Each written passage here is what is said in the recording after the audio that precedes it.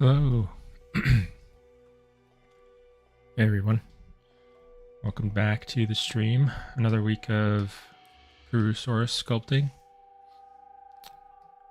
Hope everyone's doing okay.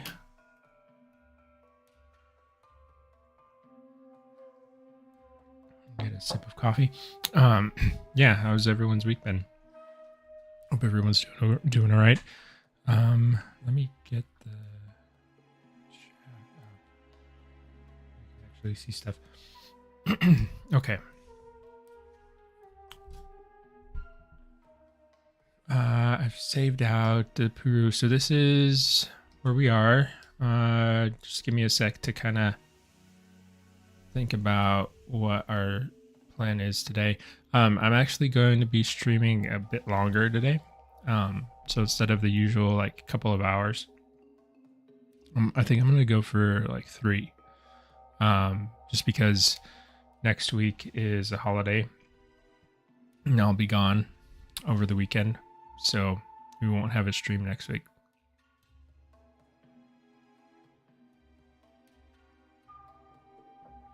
But try to do a little extra work today, so that way we're not like falling behind by too much.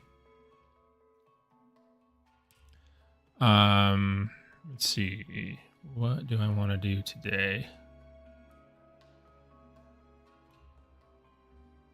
I think last time I was talking about maybe doing some work on the hind leg, since we did a lot of work on the front limb. But I think actually, I don't know, I'm kind of tempted to work on the tail a little bit. I don't know, just I think that seems kind of fun right now. And then we haven't touched it really. So I'm considering doing that as well.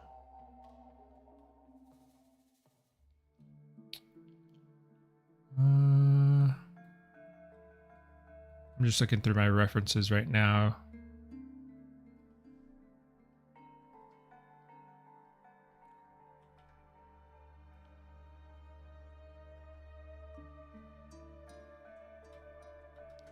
Copying a few things over to a different little area because everything's kind of scattered.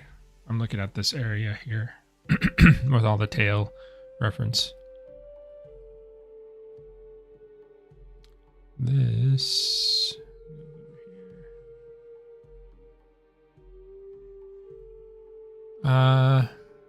yeah, so I'm not lingering around too much.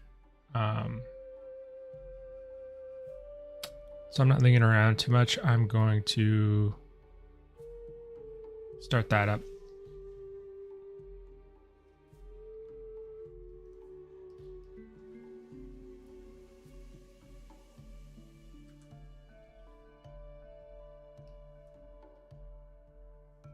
Okay.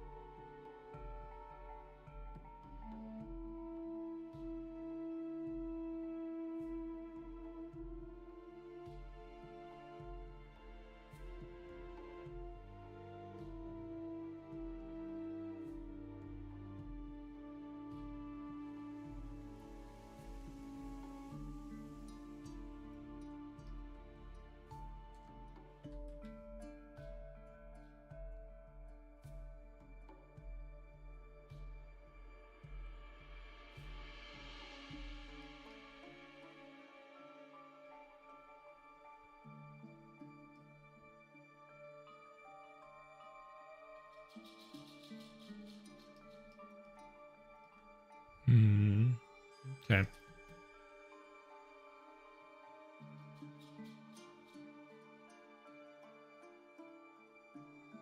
So I'm just considering right now like the number of segments that I want to have and where exactly I want the scoots to terminate on the surface. So we could probably do, I'm gonna put this on a layer. So that way I can test a few things, make sure everything's looking right before I commit anything.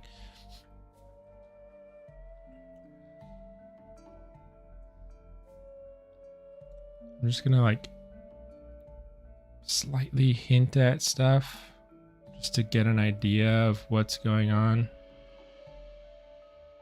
And then we'll start pulling out some shapes, I think. I'm kind of like, I don't really have a plan for it right now.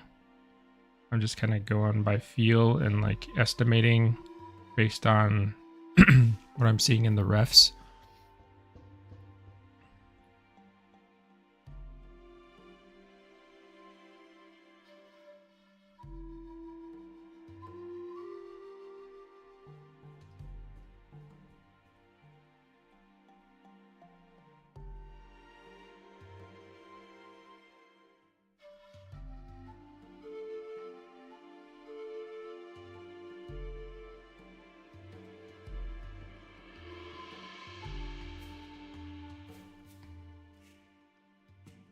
So I think they're going to probably start to merge around here. And then I want a good amount of these spikes popping up.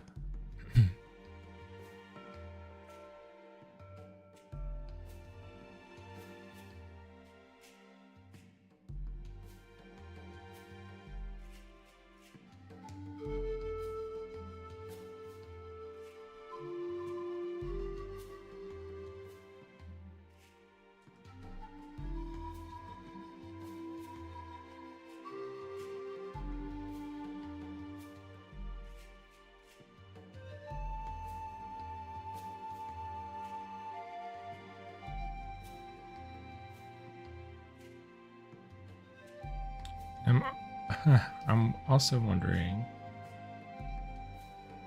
So I'm going to try this out really quick. If it's not getting what I like, the look and feel that I want, I might actually do like an insert mesh or something to get the scoots to pop in there, because I like either way would work. I could do it like this and it would be fine, but the insert mesh might just look a little bit cleaner from like right away from the start, and I wouldn't have to like fuss with like massaging the forms into shape as much.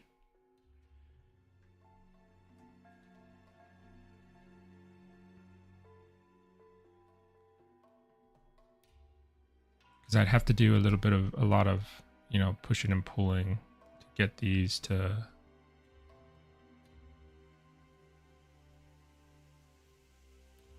look right, which is fine. I just don't know how much of that I want to do right now, especially if we're just testing out like layouts.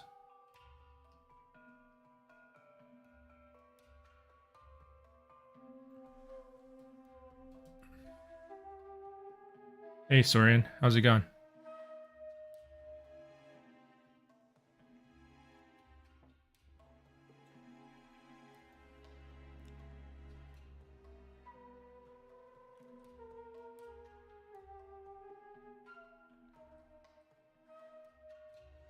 So that doesn't look too bad. So then I'm gonna go. So the way the tails, the tail is laid out, they're pretty even. Like the segments, these are pretty evenly distributed. And then they kind of start to fade out into the rest of the scales about here. They get shorter and shorter. So that's a little bit, that's good for me, because then I know like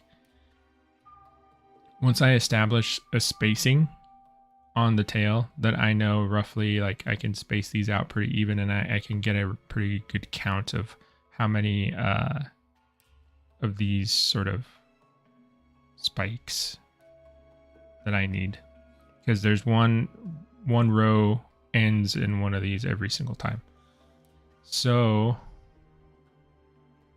I just need to figure out how many I want. That's the big big decision.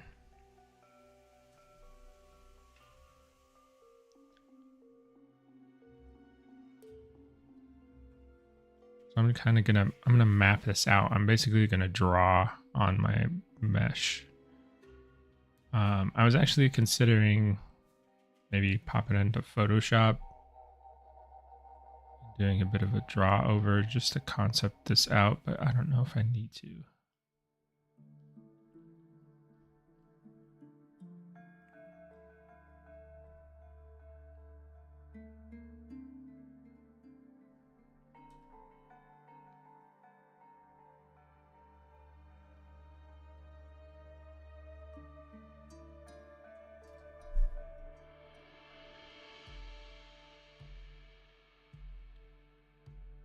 Be something like that.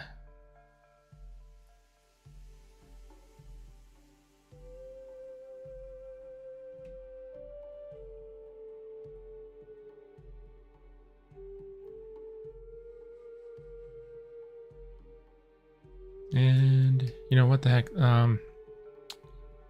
Let's try that. Because I haven't had a chance to use like any. I don't think I made a VDM brush yet. So let's actually do that. Let's try and make a VDM for this. See how that works out. It might not actually do what I want it to do, but try it out. I'm gonna make one of these scoot shapes.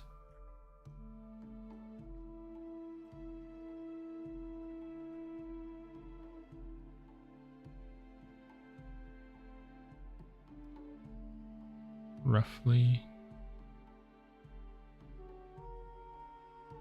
I might make a couple just to have like just a couple variations, so that way I don't have to do a lot of a ton of customization.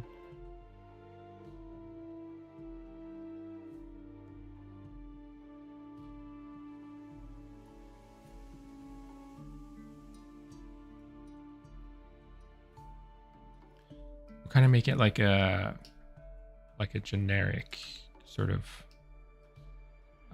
scoot spine, whatever we want to call these. I can actually probably pull it out pretty far, something like that.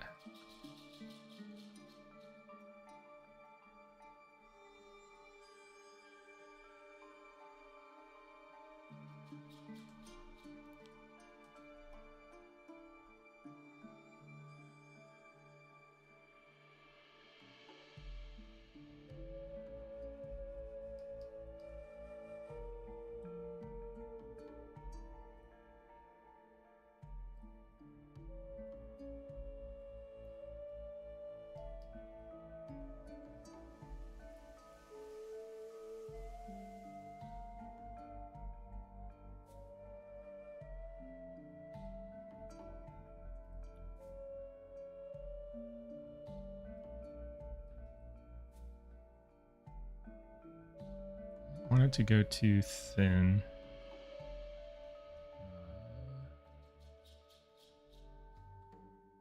I'm kind of wondering how much detail I want to add to it too.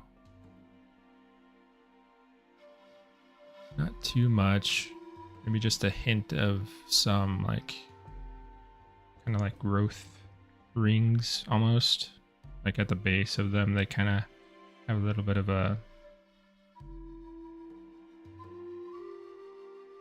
ring where they're kind of popping out from the rest of the scales.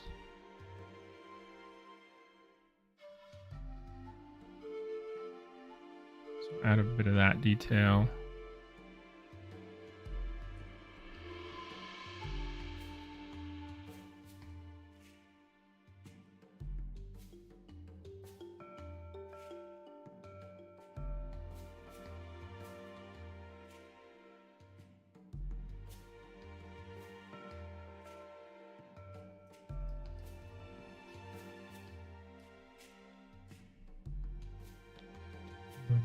Build brush. Okay.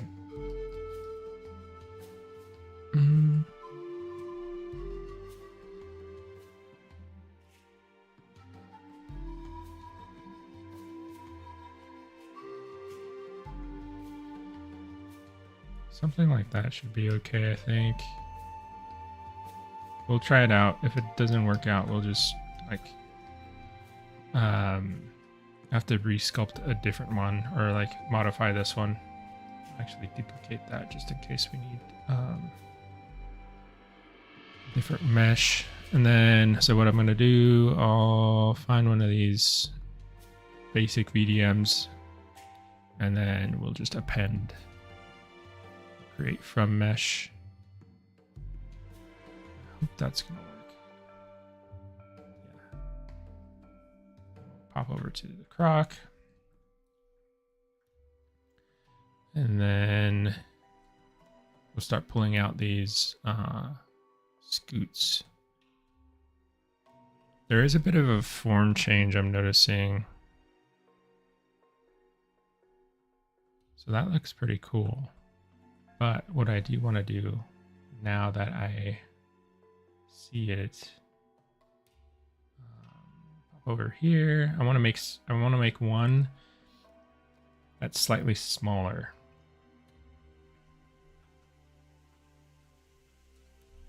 So that way I can do like a nicer transition. I just want to like lower this a little bit.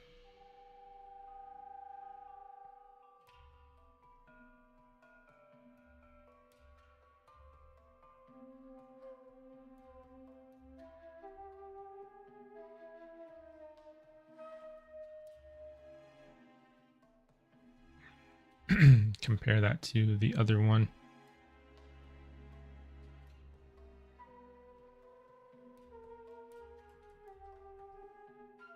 Mask this bottom portion off so I'm not adjusting that.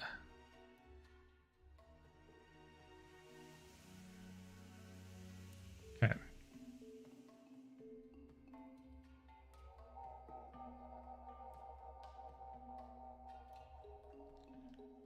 Something like that. And then we do the same thing. So I come over to this brush and then I will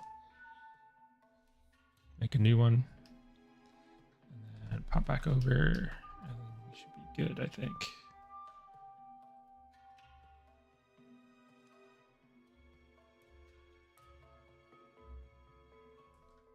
Is that the... Yeah.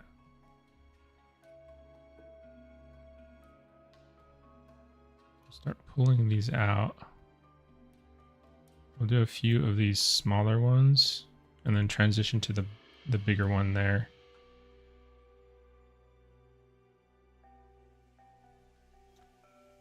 I'll have to do a bit of blending in.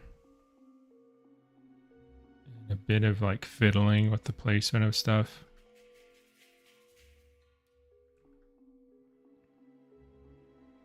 So you'll see me undo things a few times. Just because I'm being a little bit picky.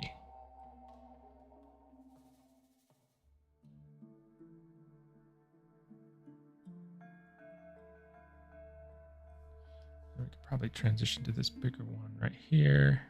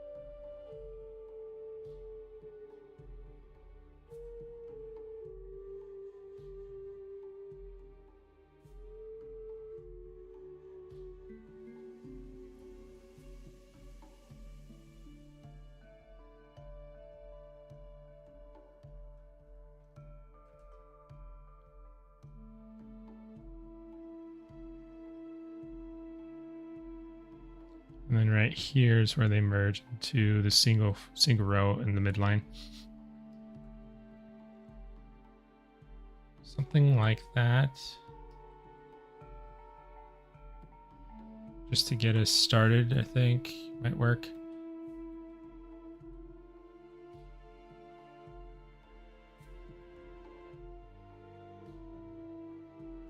So they do come out like really far. If you look at these, like the distance that they're popping out from the surface is pretty substantial.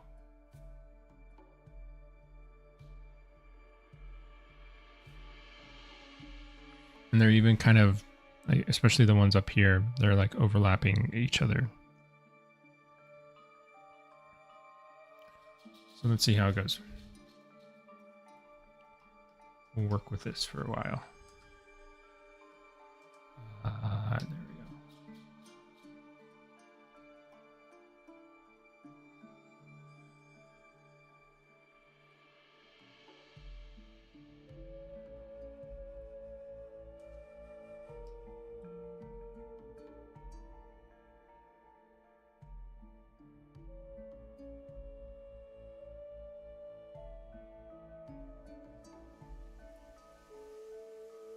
So yeah, I'm actually making all of these bigger, I think.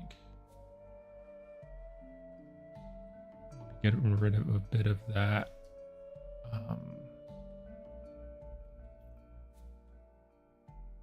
What would I call it? Like the base of it. Just because I think instead of being kind of round, these ones look a little bit square. Like re-emphasizing the border here.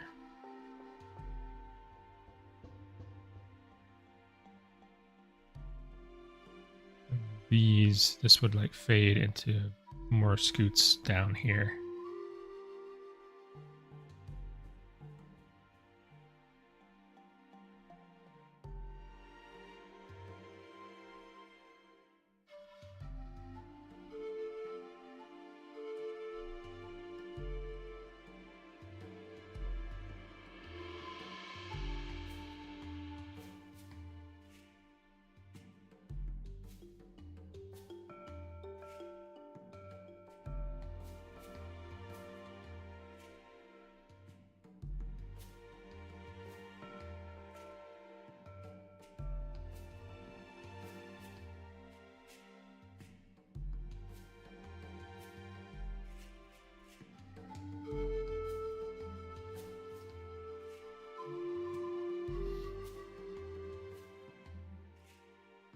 You'll see me zoom out a lot, I think, at this stage, because I want to check how everything's looking compared to like the rest of the body.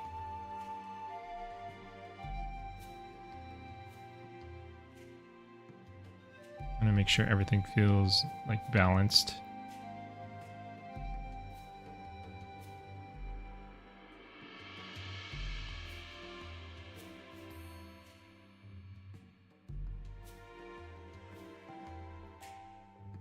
Autosave.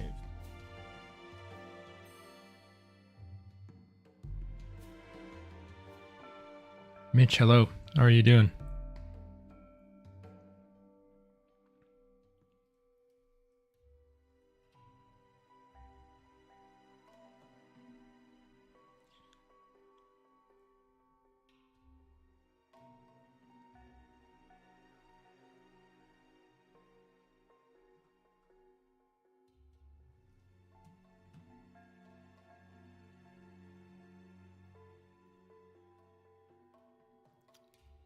See me. So yeah, I'm checking this reference a lot because I'm still like I'm trying to find because it's not just about like copying the reference, right, and putting it on here. I'm trying to find kind of a character, like a theme, to match the details to the way the rest of the model is feeling.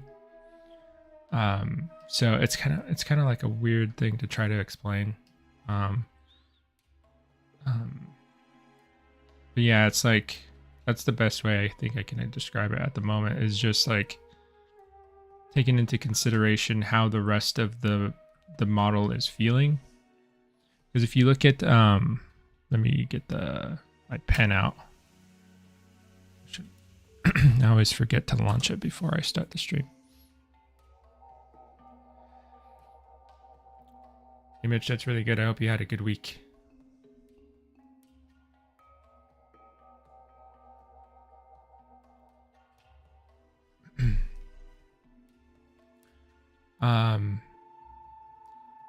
Yeah, so if you look at the way that it's like the majority of this is coming from the skull, right? Because that's where we started. That's the most that's this piece of like most solid remains that we have.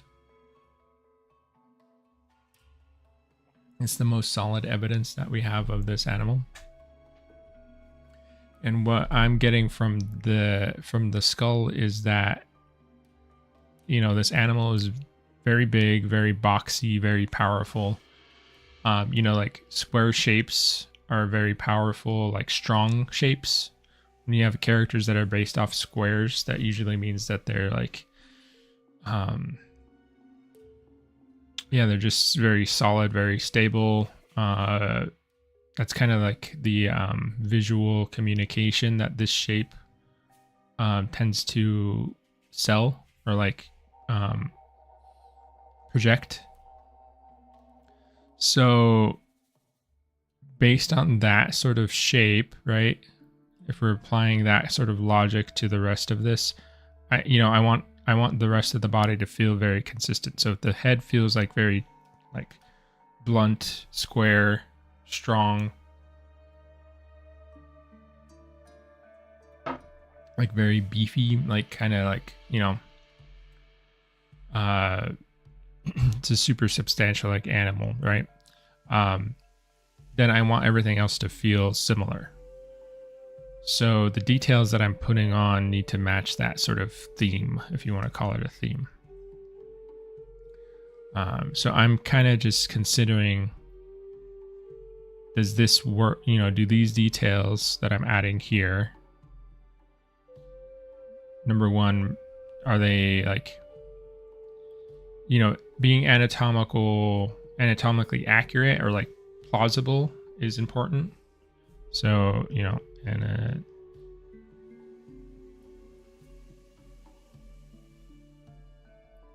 that's important, but also like, are they fitting? Like, are they fitting the theme? Are they fitting the character? So that's kind of what's going through my head right now. And right now, if I'm being honest, I don't know if they are. Because they feel a little bit too like delicate, I think, to me.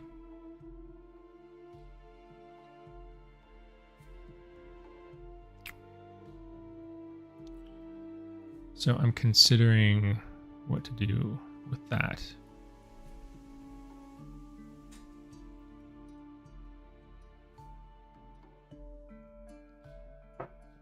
Sometimes, you know, we try stuff out and it just doesn't, it's not working out right away. I think I have a reference that's more, I feel like it's more appropriate. Let me just try that really quick. So I'm going to save this layer. That's the cool thing about putting this on a layer, is that if I want it back, like if I think that this new one is not going to work, then I can always get that detail back. So we're going to try a different approach really quickly. I want this row to be slightly higher on the tail. So I think that this line, like this ridge line here, is just a little bit too low. And then I'll bring this in.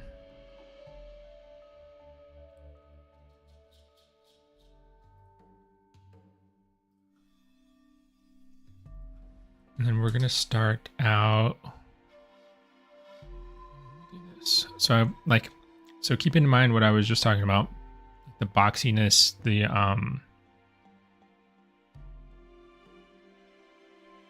like the strong shapes, blunt shapes, that sort of thing. I'm going to start blocking out a little bit more, like a slightly different flow.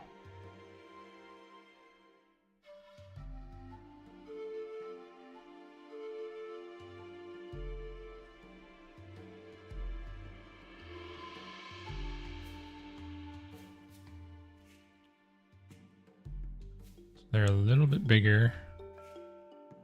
And they're actually not going to get... So they're going to start out lower.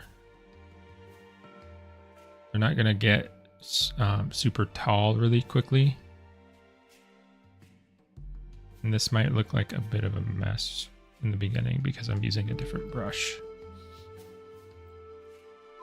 So they're going to start out fairly low. Not too much of a keel.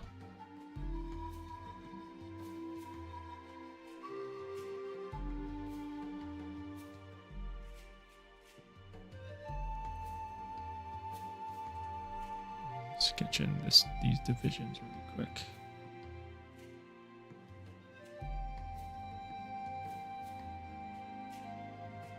Sorry, Ian, what are your thoughts on the new HTT?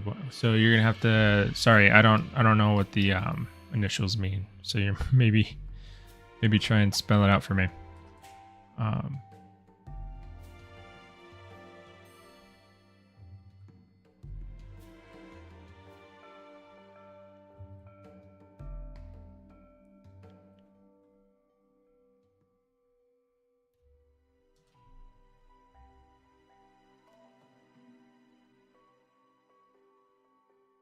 You're talking about, is it How to Train Your Dragon? Is that what that means?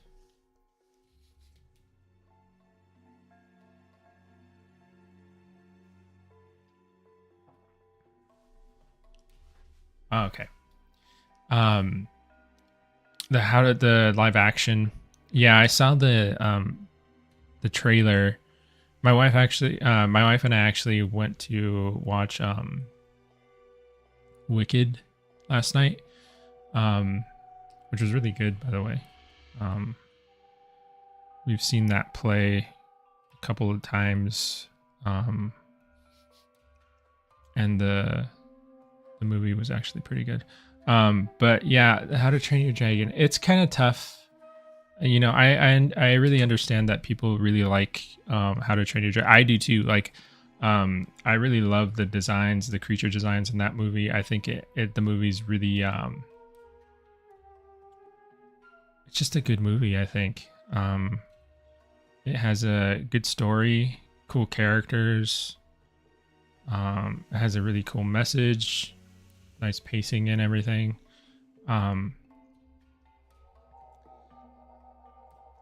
Me personally, I don't really feel like a movie like that needs like a live action adaptation.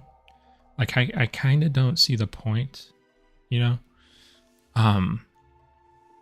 I feel like the animation in that movie and just the overall aesthetic of the original is just so well done and so well executed. Yeah, I don't really see how this version of it could top it or like improve anything. It's just different, right? Like, so I guess that brings something new to the table. But yeah, like if you're asking specifically about like what I thought of Toothless, I mean the animation looked good. The design was basically the design of the original, except it's like it's more detailed, I guess. Like there's a lot more scales on it and they're more obvious on the face and stuff. And like thinking about it from a design standpoint, that must have been really tough, right? Because like I don't envy the people that had to work on that dragon, you know, specifically Toothless, because he's such a huge part of the movie. He's like so like he's cute, but at the same time he can be very aggressive looking, scary.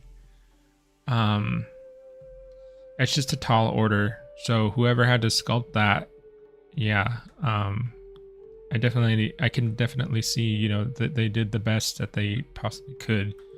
And it's a tough balance, because how do you take a character? The dragons in How to Train Your Dragon are super stylized. They're really cool, but they definitely are very stylized. So how do you translate a design like that into a realistic, like grounded, more like grounded world, and then make it, you know, make it realistic, but still feel like the old character? Like it's a really hard thing to do. So I don't really I don't want to like bash their attempt at it.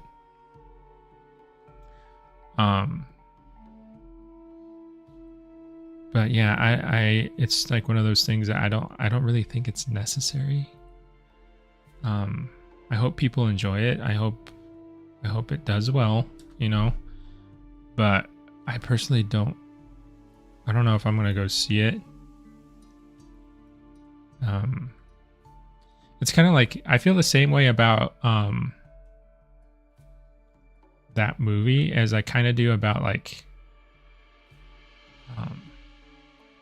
maybe it's kind of a meme at this point, but like it feels like you know, when they announce, like in video games, when they announce like a new Last of Us remake or something, it's like, how many times do we need to how many Last of Us remakes do we need? Like, does that game really need a new remake? Like, I think they actually announced a Last of Us 2 remake, or like remaster or something. And that game just came out, it seems like. So it's like, exactly what are we remastering? And what are we like paying for? You know? I don't know. Maybe that's an unpopular opinion, but those are my feelings on that trailer, at least. What do you guys think? I mean, what do you think, Zorian? Are you looking forward to it? Like, what did you think about it?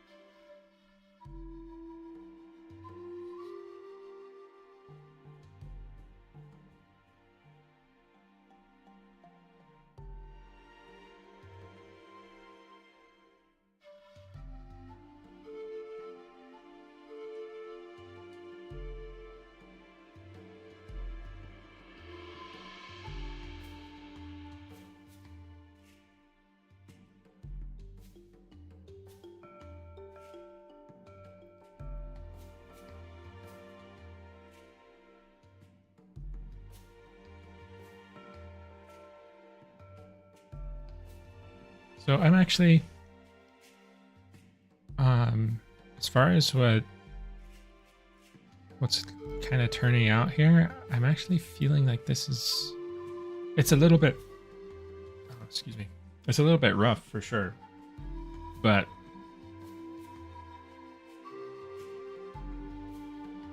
I think this feels more appropriate for the character. It's a little less flashy, you know. It's not like spikes, you know, which those could be threatening those could be threatening themselves. Like, I can definitely see a world where this sort of interpretation of those scoots, the keels on those scoots could work. And we're definitely going to get there. Like a lot of these will later on down here are going to get that height to them. But I think this more like blunt, like squared off feeling works better for the character.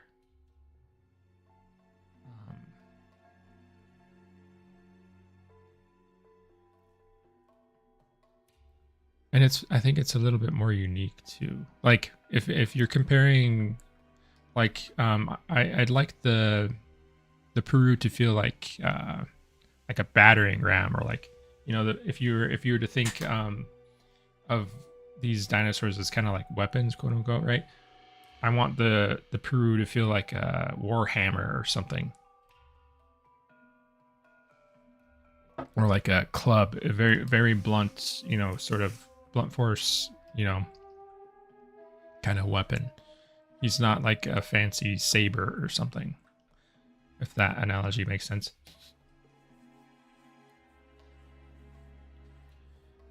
Sorry, and I don't think it will necessarily be bad, but I just don't want to support them making remakes. Yeah, I feel you there for sure. I think, you know, it's hard. It's hard. The industry is like, film and video games, I think, are facing like a lot of tough challenges right now.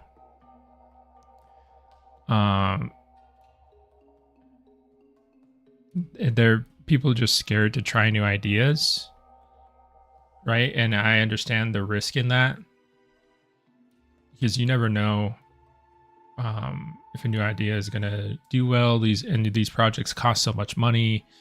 There's just so much that goes into a production like that.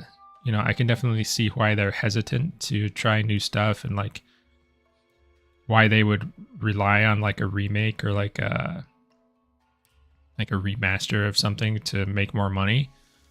But I think people are just overall getting tired of it. I don't think that's what people are looking for anymore. There's definitely a fatigue there that people are experiencing. It's one of the reasons why I hardly ever play like AAA video games anymore.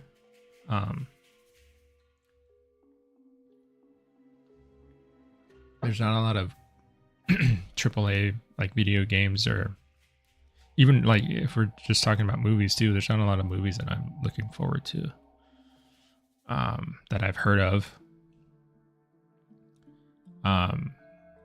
So yeah, I think sooner rather than later, people are going to have to start taking a little bit more risk and stuff and start investing in some new ideas, or else, you know, I don't really know how profitable some of these projects are going to be.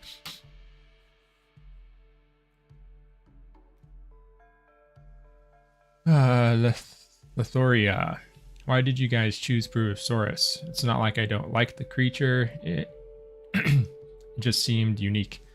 You know, I wasn't part of like the decision making process, so maybe I don't know if Islander is in the chat today.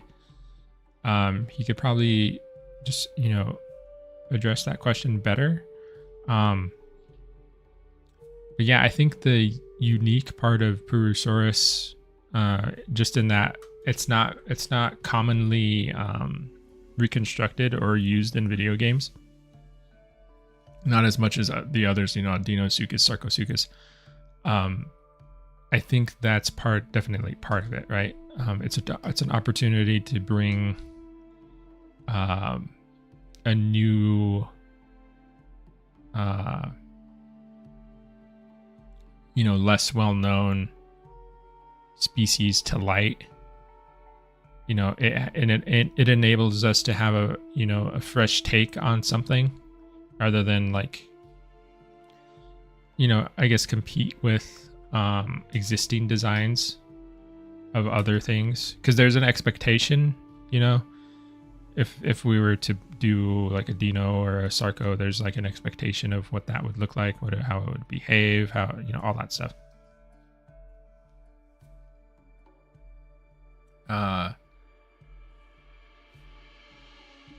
But sorry, I lost my train of thought. Yeah, I just think there would be an expectation for those, and this kind of frees us up a bit to, you know, have a bit of our own identity with a new creature. And I think, I mean, personally, I didn't know anything about Purussaurus before. When Islander asked me to sculpt the Purussaurus, I had no idea what a Purussaurus was. I had never heard of it. So being able to sculpt one and like learn about it, I've actually become a big fan of this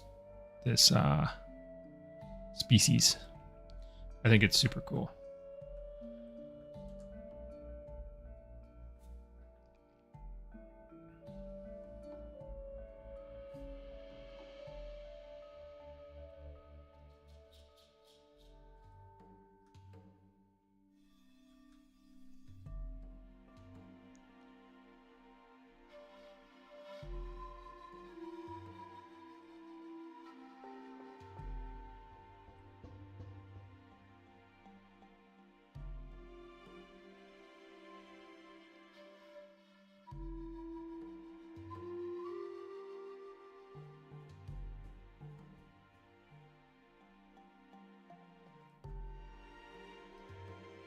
So I'm while we were talking, I think I'm maybe getting a little bit too far into detail, but I think that might be kind of like a good sign, because it means that I'm feeling fairly confident in this direction. I probably should not be detailing that much right now, but I do like this. It feels much better.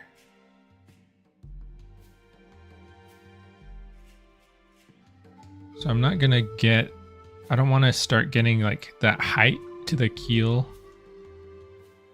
Just so I'm thinking about this, right? I'm thinking about transitions. So these are gonna stay fairly low. And then about like midway down the tail, these are the ones that are gonna get, these ones right here are going to get pretty tall. Like the keels are going to be taller and spikier. And then the tail tip is where they're going to really take off and like be pretty prominent. So I'm just going to, I'm going to follow that sort of logic and just keep going. See where it takes me.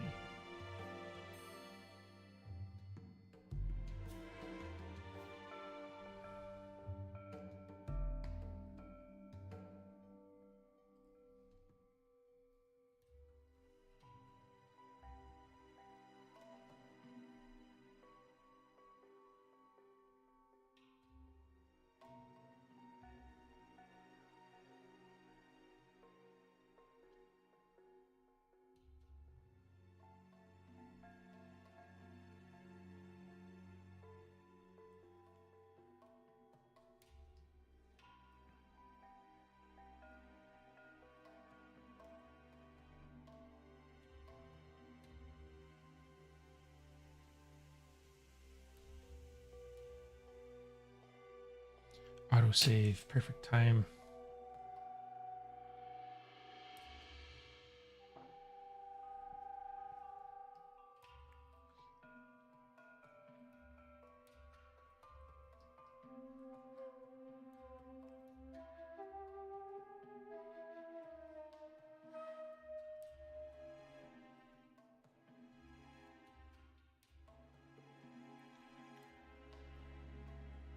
Okay.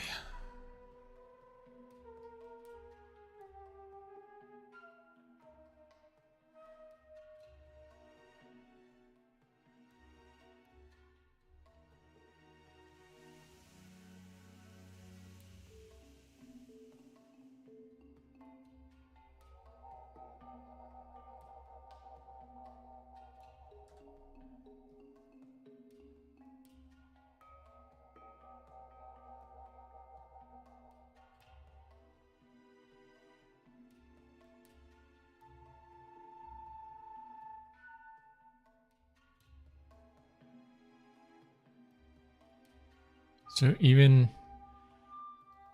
I want to be careful when I get to these more pointy guys, because I don't want to undo all of the like the form language that I'm establishing earlier on here.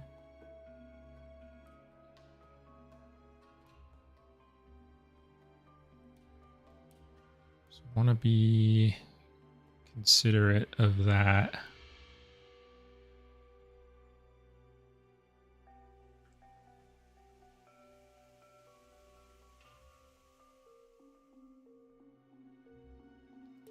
So I think what I'm gonna do is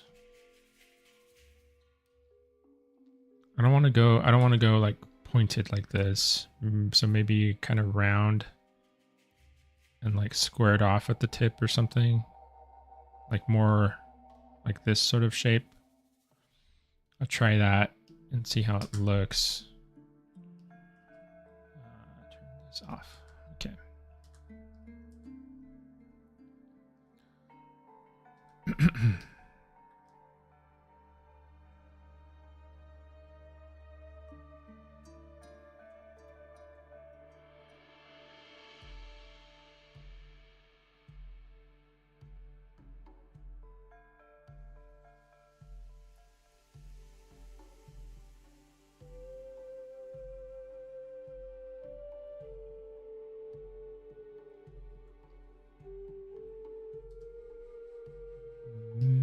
Okay.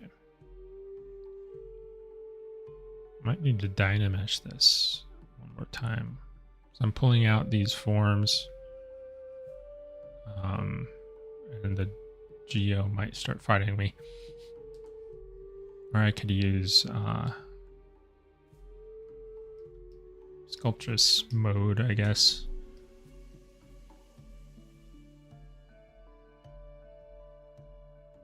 These are going to be fun to retopo.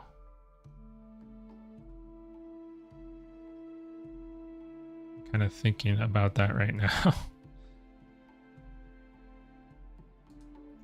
Retopo and reprojection of these sorts of details is not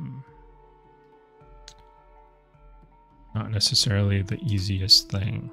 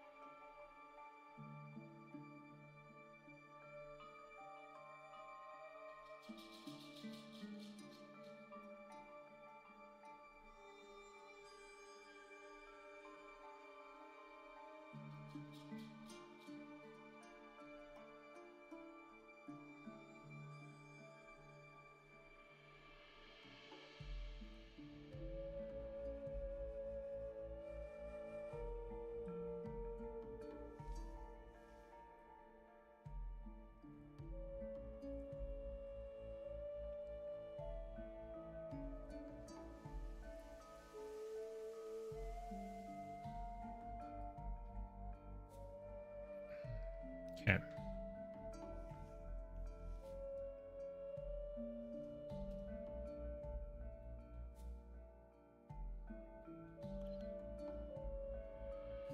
So down the middle area of the back, I guess, like this area, it's usually divided into 4.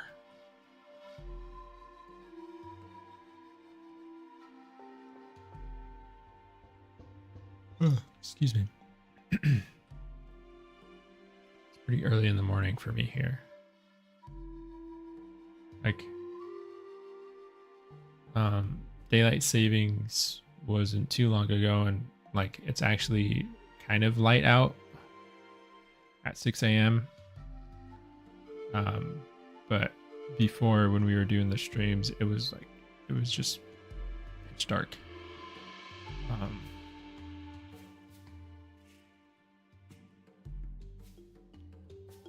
Yeah, so 3, 4. So sometimes it's divided into 4, like this, like 4 in total across. And then sometimes, I guess depending on the species, it's 4 inside of these 2 rows. I'm probably going to go with this strategy because it makes the most sense for the space that I have. So 4 of these scoots in between. But I'm also trying to decide how far. So we have these 2 main lines of scoots, and then there's another like secondary row inside here. But how far this goes down is kind of what I'm considering right now, because there's another those scoots down the middle also have keels on them.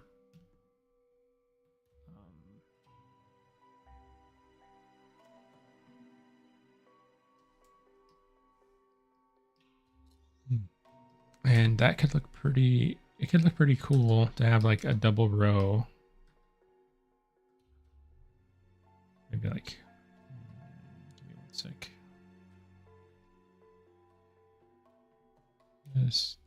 This.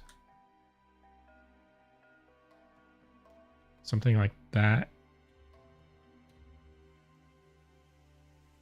I just got to be careful about where this line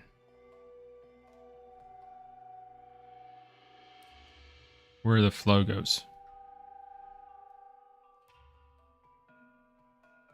because I want to be consistent with it. Maybe we'll make it disappear. Make it disappear like right there.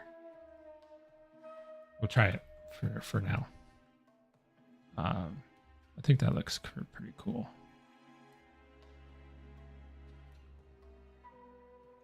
The center line needs to be maintained.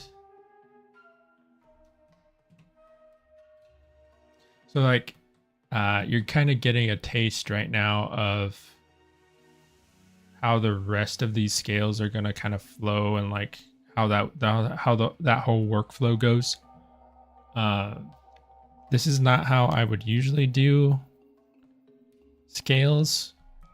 Like for a dinosaur, the scale, the approach would be pretty different. But with crocs, their scales are just so grid-like that this sort of layout approach is, for me, the most effective. So you're going to see me like doing a lot of like sketching, laying out the flow, the grid basically, and then going back over top with more refined sculpting, and like clarifying the shapes.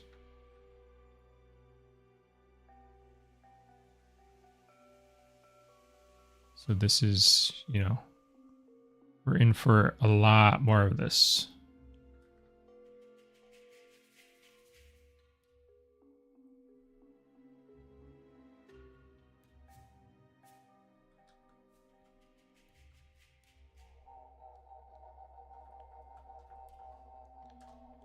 Okay.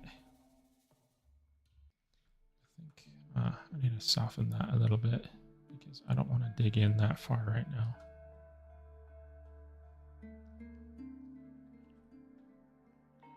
And one thing too that's kind of difficult with these types of scales is like I have to make sure that I'm maintaining the form. Like if I turn this off, right?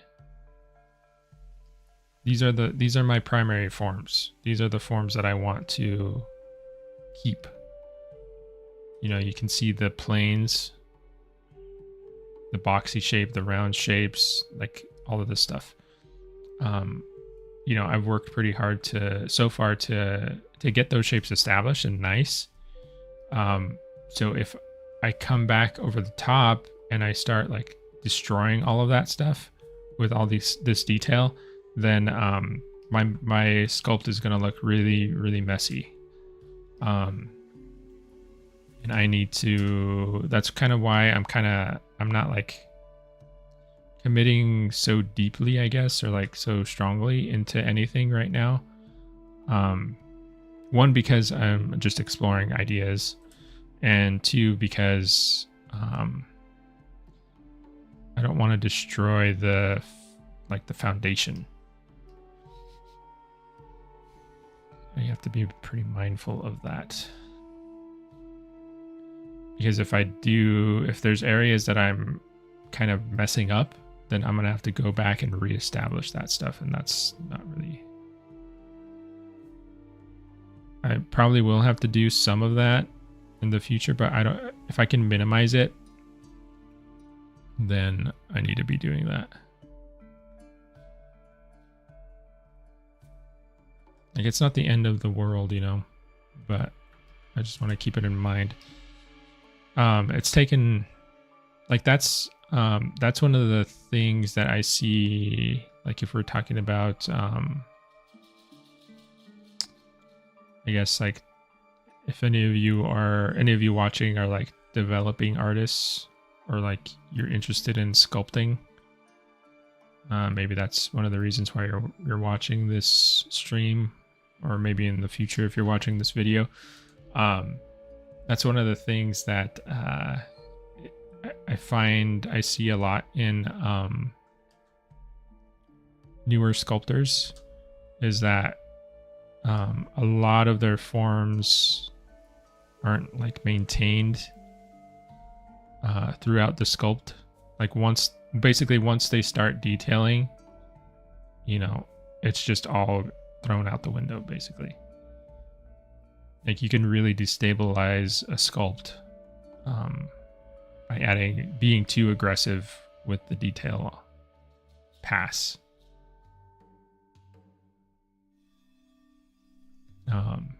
The forms just start looking really wobbly. Details can start looking kind of muddy.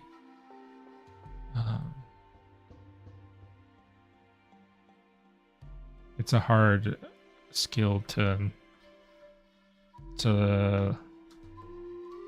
learn and like keep in mind when you're working.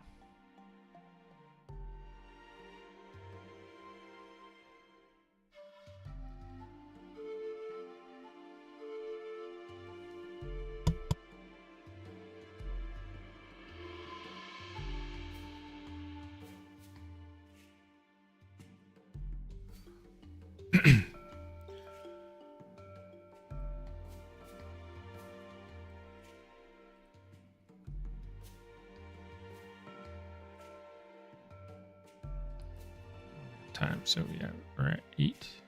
So like I said, I don't know if everyone was in here when I started. I'm gonna be going a bit longer today. We have I don't know if y'all are from the US, but Thanksgiving in the US is next Thursday. So from Wednesday till Monday of next week, I'm going to be gone. So I wanted to get a little bit extra work in.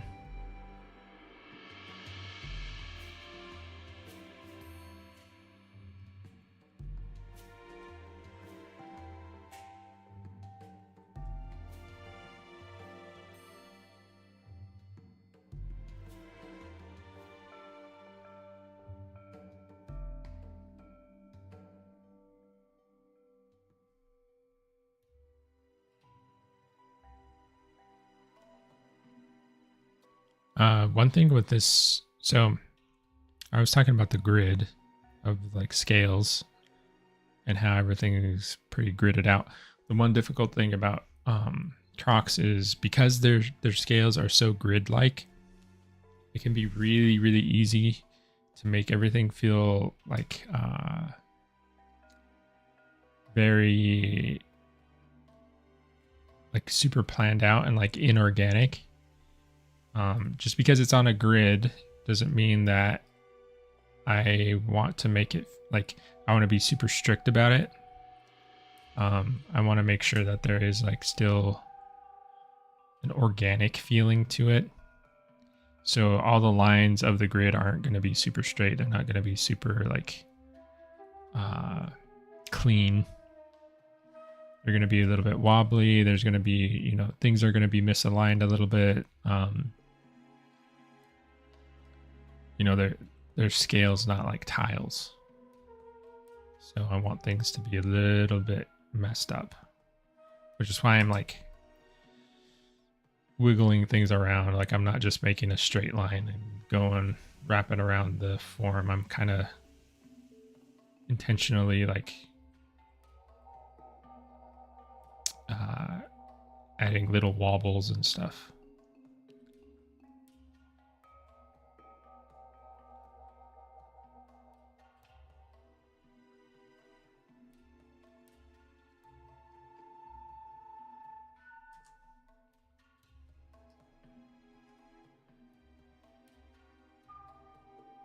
Might actually try sculptress mode and see if it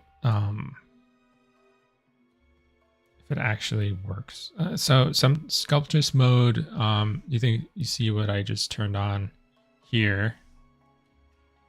Maybe it's not gonna work. Yeah, it's saying that I have too many polys. What is the poly count of this? 5 million. Did I subdivide this? No. So it's just too big, which is fine. I'm not gonna worry about it then. But basically what sculptress mode does is it like dynamically tessellates the mesh. I believe that's what it is. It's tessellating the mesh to add more geometry in, so that way you can get more detail in certain areas, which could be kind of helpful here because you see how the polys are stretching out. It's not a big deal right now because this is just a concept mesh technically.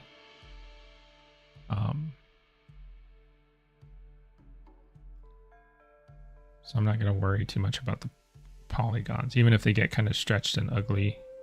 We can always dynamesh or retopologize, z-remesh, stuff like that to get better geometry in there so we can continue to sculpt. But I was going to try it just to see how it goes.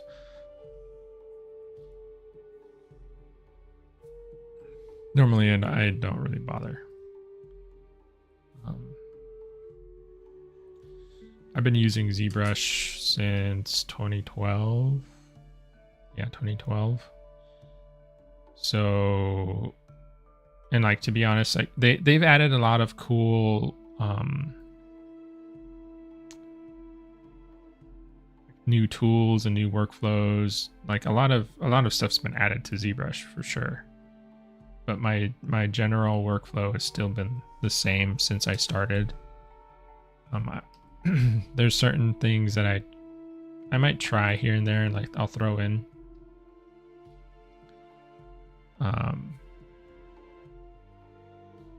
But a lot of work can be done with very basic tools in ZBrush, I think.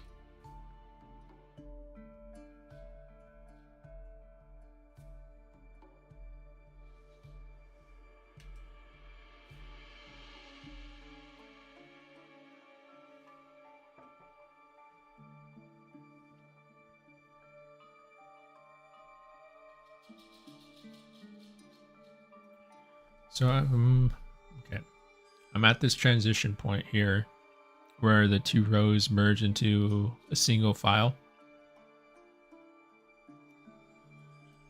So I am looking at some refs.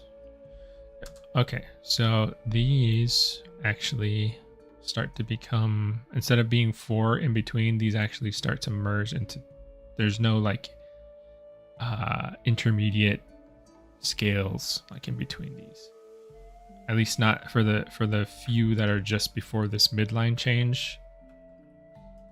That's what happens. So let me start to incorporate that stuff.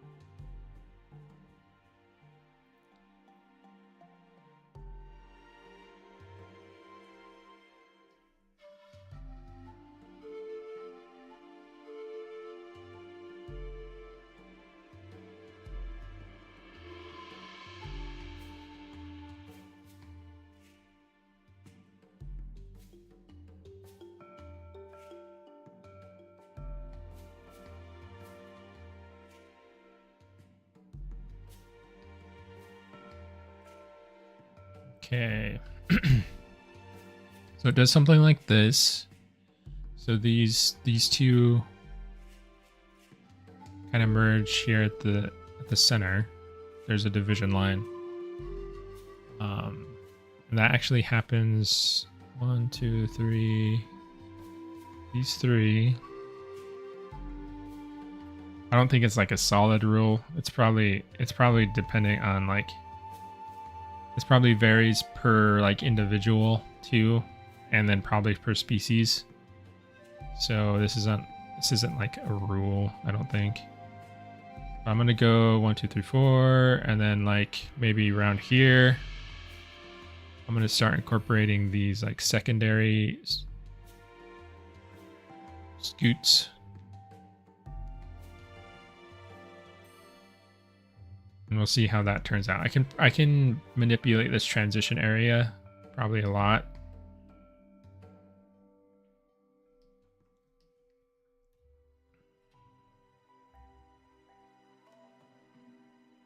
So you can see that's looking pretty cool, I think. I mean, I like the feeling of this so far.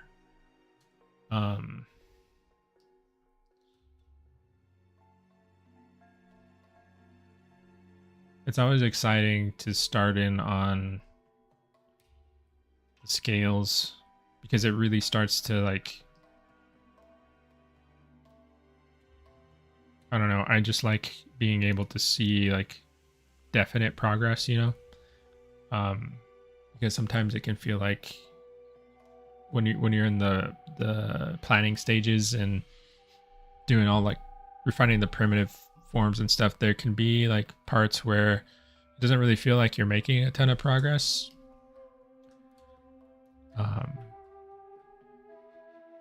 Once you start adding this kind of stuff in there, though, it's a little bit more visually interesting too. Let's see.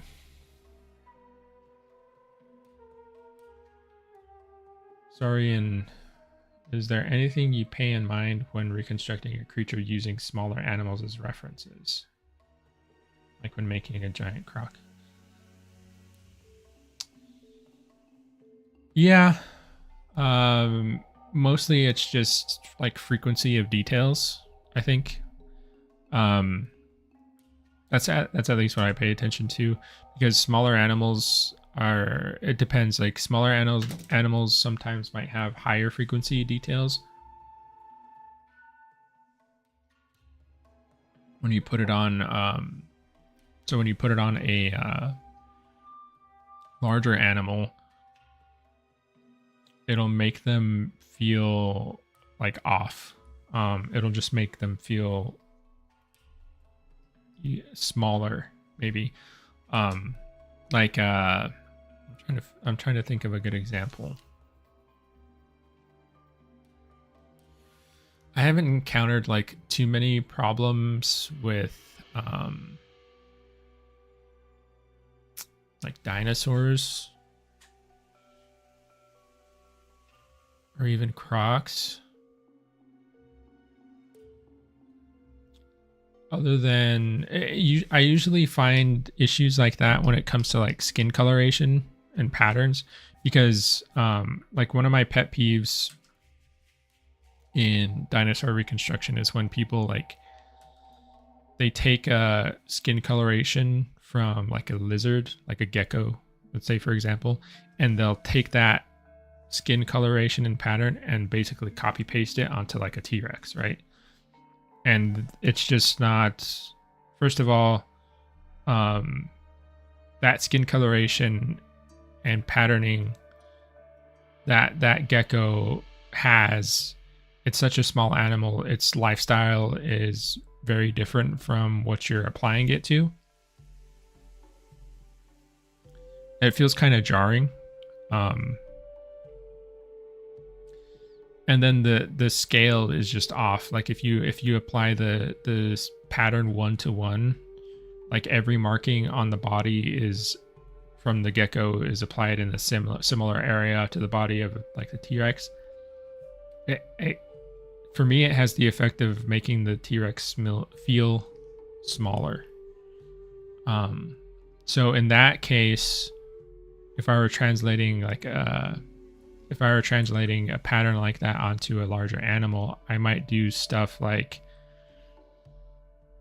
make the pattern like repeat more.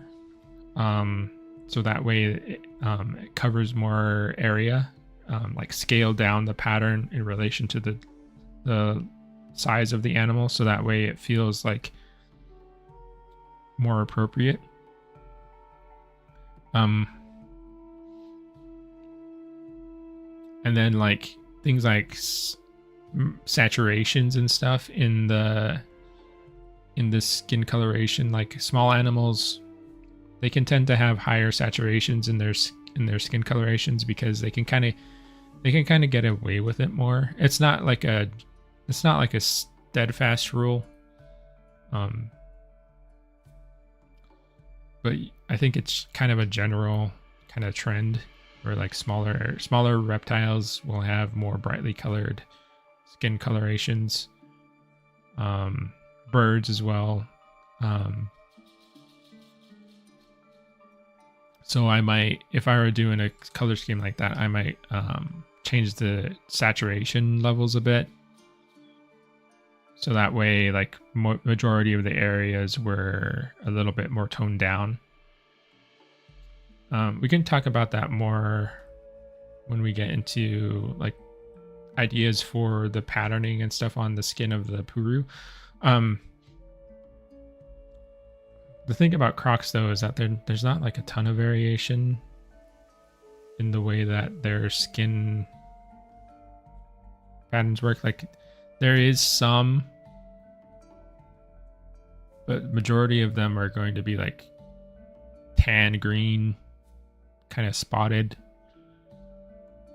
I do want to make the Puru feel more unique in some way, shape, or form.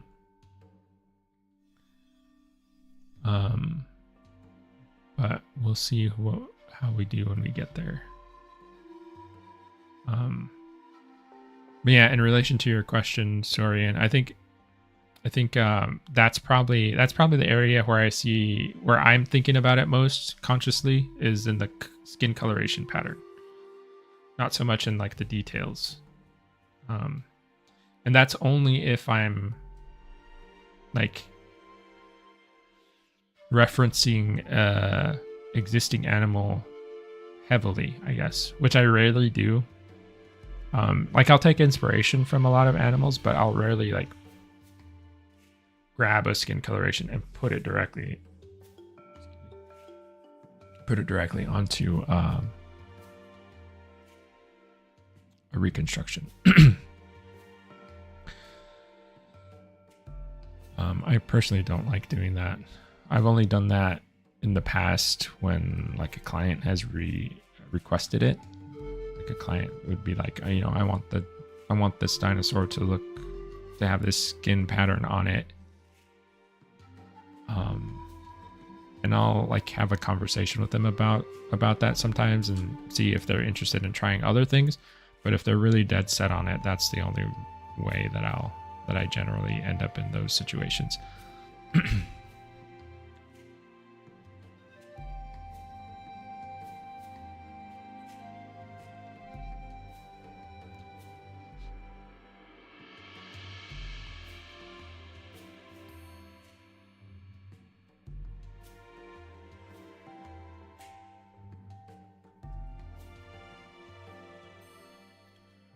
And like with this guy in particular, I'm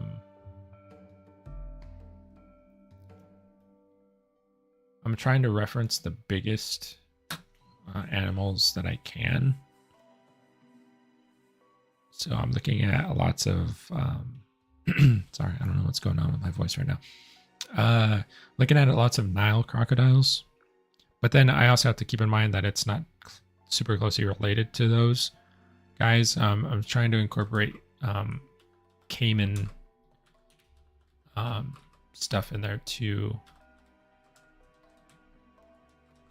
I'm actually looking up a little bit more for myself right now.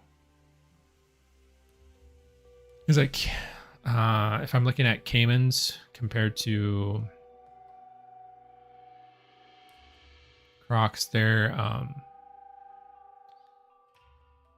scutes are a little bit more, I would say they're more like numerous compared to crocs, where they're like more spaced out and a little bit, I guess, flat, a little bit more. The keels in crocs are higher, it seems, generally, where like the caimans are a little bit lower, but they have more like scutes on their backs.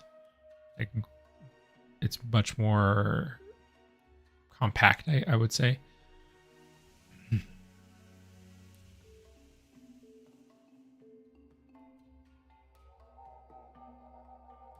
So it is, I'm trying to resolve that a little bit in my head of like what I'm going to mix in from both, you know.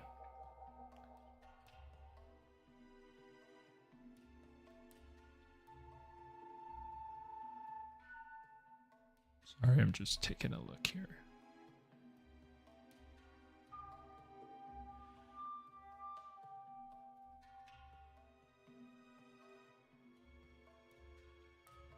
Some of these caimans are giving me kind of a bit of an idea for colors. Like this guy has some interesting, like, it's overall black, but it's got some breakups in the face. Like you can see some kind of like spots or stripes here. The baby is more pronounced for sure.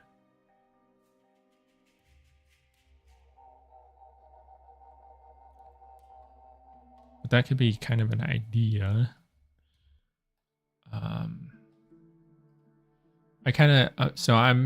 I like to think about colors as soon as possible. So I've been kind of mulling some ideas around in my head for a bit. Still not super decided yet, though. We'll probably try a few. I don't want to just make one decision and go with it.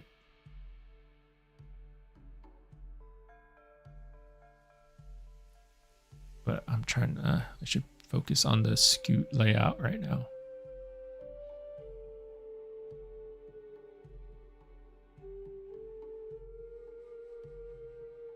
Okay.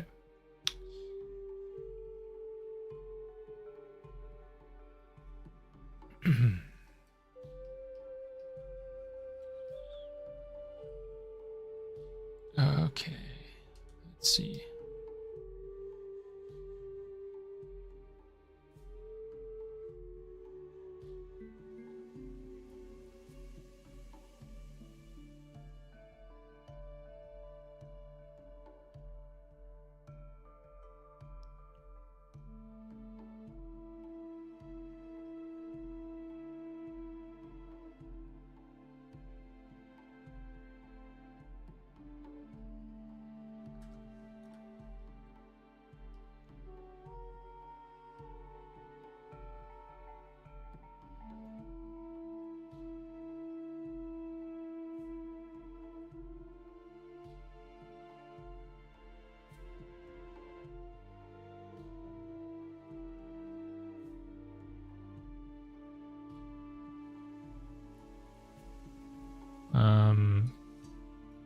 interested in sculpting scales, the pinch brush is pretty useful because it can help to tighten up all these little creases and stuff.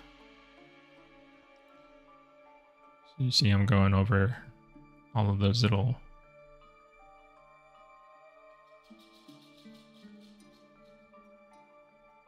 like valleys with all of this. And it can get those to feel a little bit cleaner.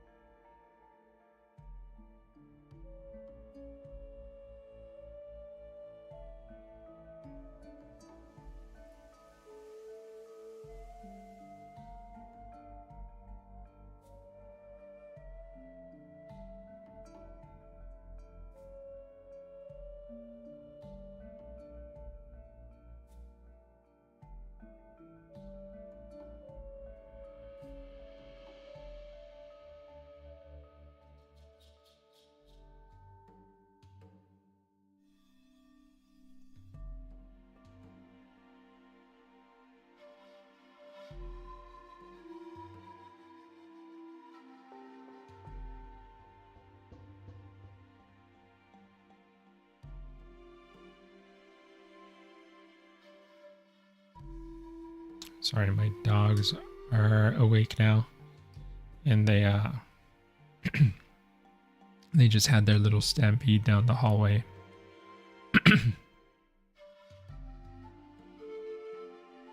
I have 3 little dogs. And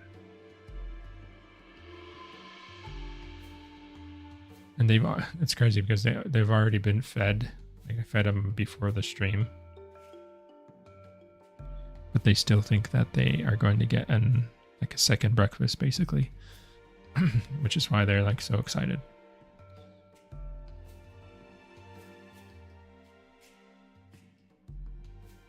They make a lot of noise. All their little claws on the hardwood floors is really noisy. So if I mute my mic, that's probably why.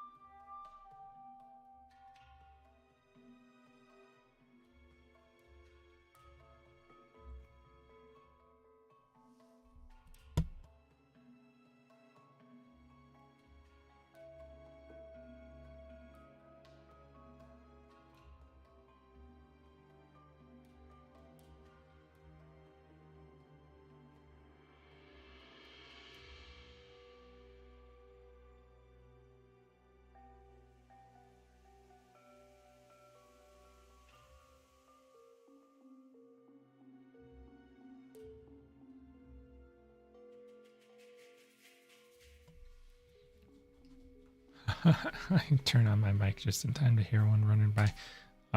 Okay. So yeah, I'm just thinking about this tail section here, the tail tip.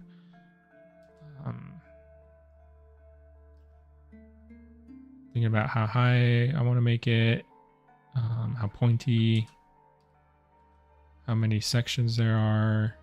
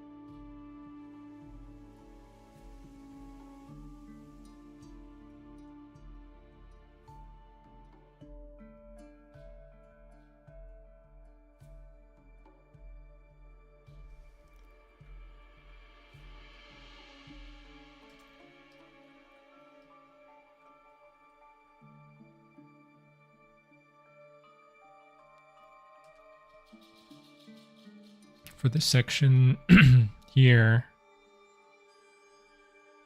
so up until this point, if we're looking at it from the side, these guys don't break the silhouette here. So I haven't really been too concerned about, like, I'm thinking about it for sure, like this edge, because I want an interesting like profile. But in terms of silhouette,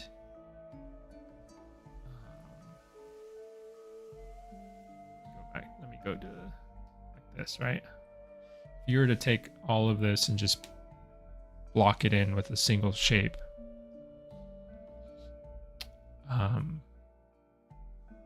I want the whole shape to feel interesting.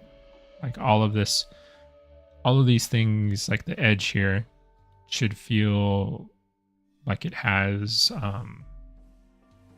like certain like focal points of rest, like all of the design principles that I would be considering in the overall design would have to apply to the silhouette as well. So you can see where we're working at here. It's starting to get some variation, so it's starting to pull interest here. Another area of, focal point would be over here, because there's lots of interesting things going on, lots of points and stuff, different shapes. So every time something breaks the silhouette, I want to make it feel like it's adding to something, or like it's becoming a focal point of something. I want to make it feel interesting, essentially. So that's kind of the reason I'm slowing down a little bit and taking care of this area in particular, because this area, in addition to the head, is one of those areas that really adds to the silhouette a lot. There's going to be stuff going on, here too. Like you're going to have like the scoots popping up at the top, at the back and stuff. The belly is going to be pretty smooth. So really, when we're thinking about silhouette, it's the head and the tail that are going to be kind of the most interesting parts to look at. Whereas this is going to be kind of secondary, and this bottom area is going to be pretty tertiary. So that's kind of why I'm taking some extra time here.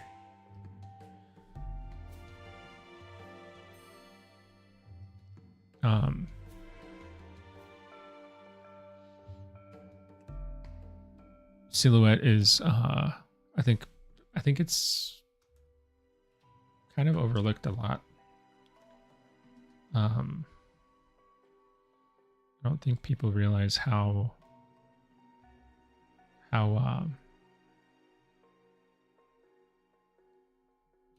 especially in video games, how important that is, because it kind of gives you an instant read on something, whether that's like, if you think about just visual communication, like if you had to communicate to somebody like what a character is or what they do, like are they dangerous, are they friendly, a lot of that comes down to silhouettes and the shapes that you use. It's kind of like a subconscious thing too. The silhouette is usually the first thing that kind of hits, and then you start to take in what's inside of the silhouette. So it's really important.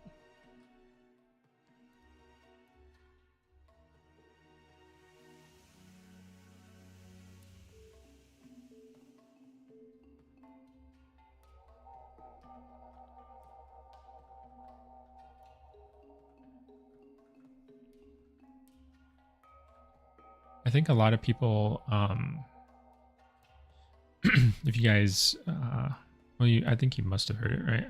Heard about it. That game that kind of flopped, Concord. A lot of people were talking about silhouette in regards to those character designs in there. And I think, like, I don't want to bash those people. I think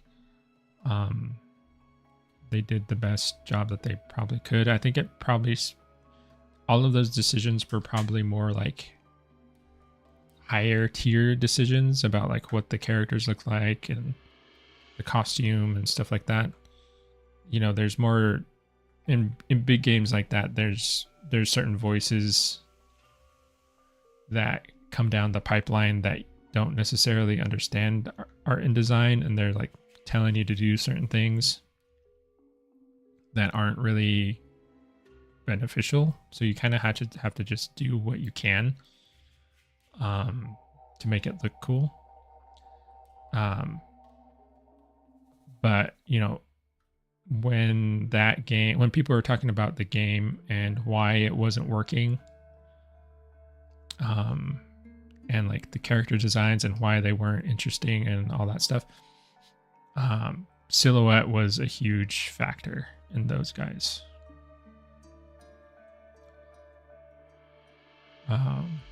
Because if you take a lot of those characters and you were to like just put them on a whiteboard or something and then block them out in like a black marker, a lot of those characters just look like normal people. They're not super interesting to look at. They might have like weird, like, you know, their costume might affect their silhouette a little bit, but they're not like popping it to make it interesting. It's just kind of there.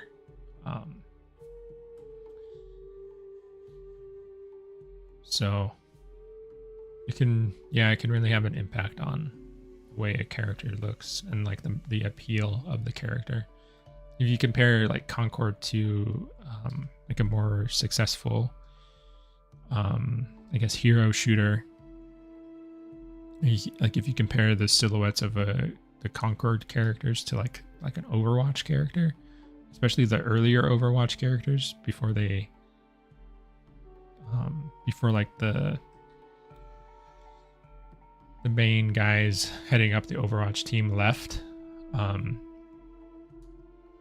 those characters have really, really cool silhouettes.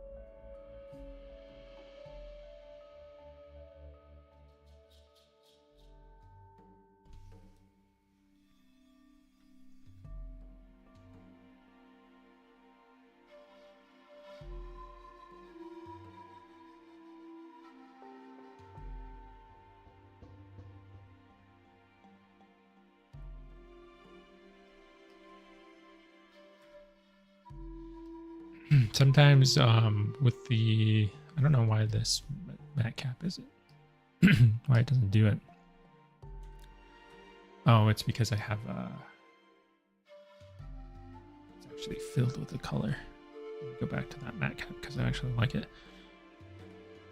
It doesn't do it. Some of these materials are really easy to check silhouette on, because if I hit V, it'll go to black and I can check the silhouette really fast. This little thumbnail up here is helpful too, but sometimes stuff is too zoomed out. So sometimes when I'm working on stuff like this, I'll just I'll turn everything black, and then I'll come in and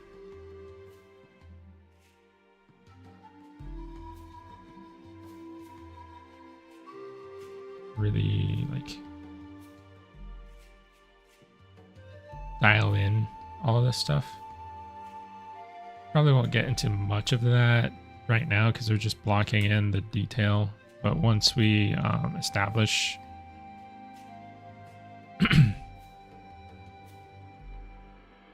general like layout of stuff, this is a good way to approach refinements.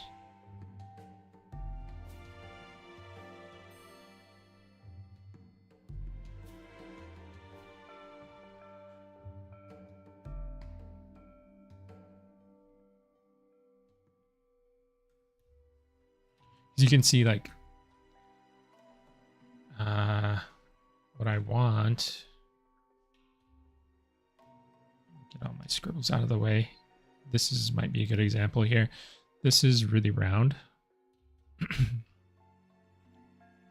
So in order to refine it, like what I want it to do is kind of like square off a little bit and then point and then come down. So I'm looking for these where things feel too round, too like blobby. I want to go in and give it structure.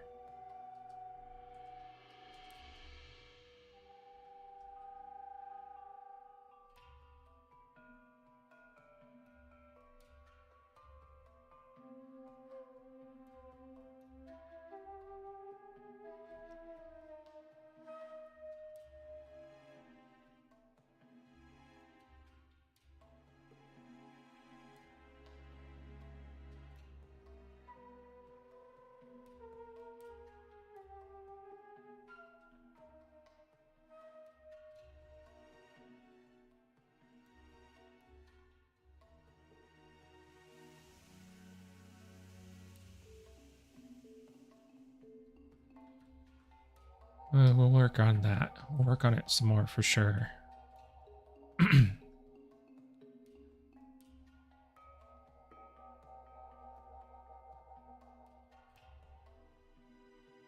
Like you can basically, like anything that pops out of the silhouette, you can basically work in black and white, like a fill like this.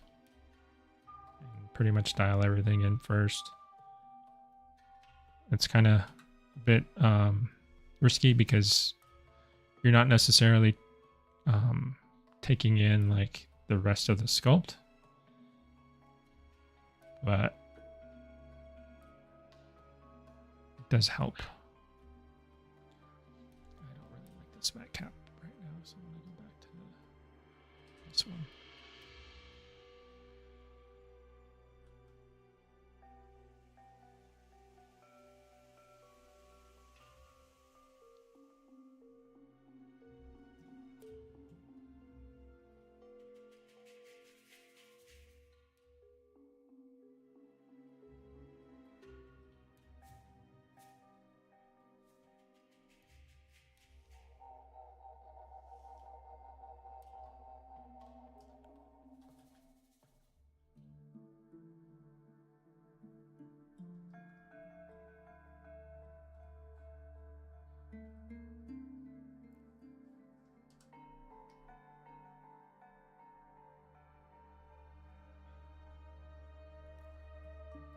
I'll pull this over here because it's kind of hard for me to see. I'm kind of fighting with my my reference stuff because like if I put it over on my left screen, then my mic is in the way. I might move my mic, so that's probably a better solution. But I'll put this over here right now. I would have it up on screen more, but the problem is when I pull up my brushes, the reference images get in the way.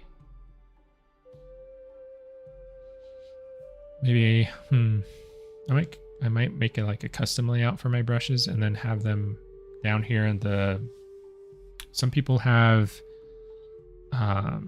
their brush, like most frequently used brushes, down on like a hotbar down here.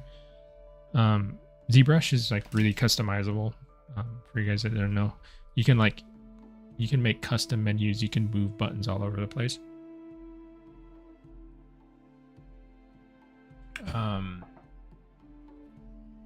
Yeah, you can basically change the UI to do anything you want it to, like be laid out anything you want, any way you want. Sorry. I haven't done that really ever because I don't know.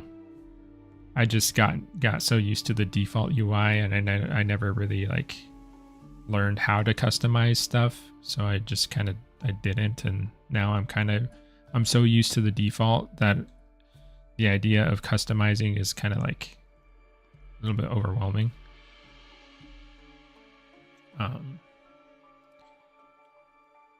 Because it's kind of like muscle memory right now, you know.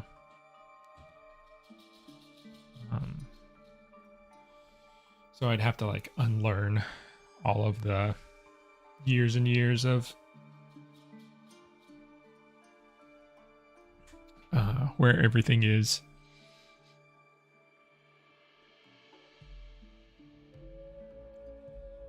But I might do it just to make my life a little bit easier.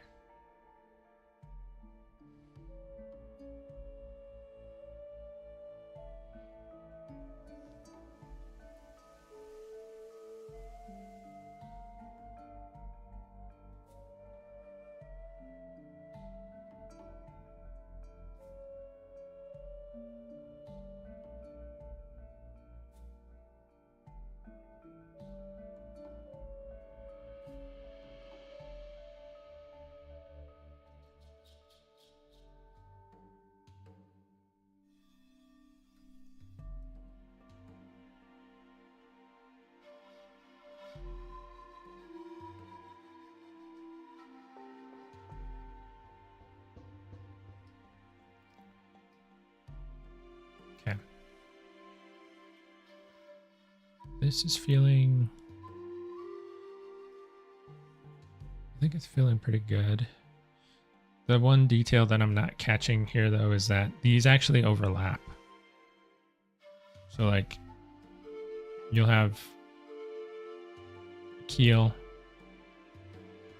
and then the other one actually, there's like an overlapping area. This area here. Sometimes it can be even more like this. So that's one thing that I'm not catching right now. But that is going to make things a little bit complicated because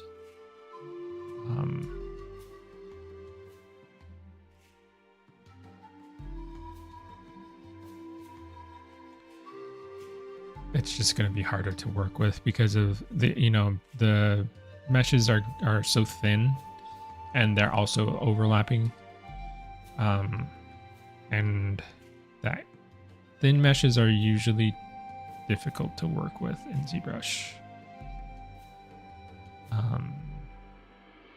Fins, wings, feathers, stuff like that is usually they're kind of unwieldy sometimes. So I'm debating how I can achieve a similar feeling without making things super hard on myself. Because the other thing too is like taking into consideration the low poly, like when I have to take the low poly model and like figure that out. All this like little overlapping edges and stuff, it's gonna make things really hard because for like baking out textures, projecting detail back on, all this stuff is gonna get really nasty. So we'll see how I'm gonna think about it, and I'll see how that works out. One detail I want to add right now though is these like supporting side saving these guys here. They're like supporting scales. I don't like, that's just what I'm calling them. I don't know if they're like providing any structural support to like the keels on these or anything. I'm just calling them supporting scales because they're like secondary and on the side. But I want to incorporate some of those right now, I think.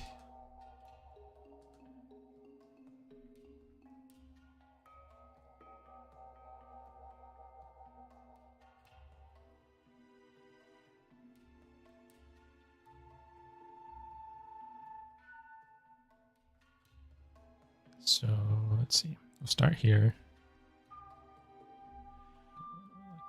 This. I'm going to lightly sort of outline them with this brush. You can see that right there. That's one of the reasons why these meshes are so tough to work with. It's because little mistakes like that can happen. I need to turn on this back face masking button. That way I don't sculpt through the opposite side of the mesh.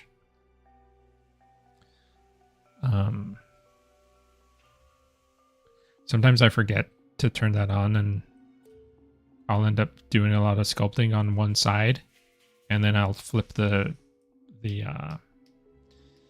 model around, and yeah, the other side will be all messed up. So I kind of don't understand why that's not turned on by default. I always have to turn it on. I've never like encountered a situation where I wanted to have that off, like ever.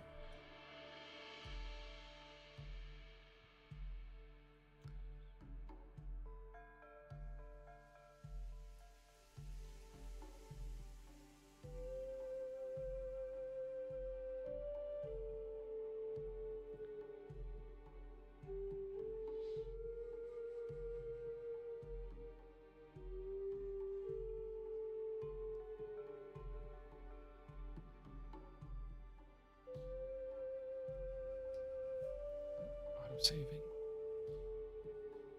Actually, I should save. Just in case.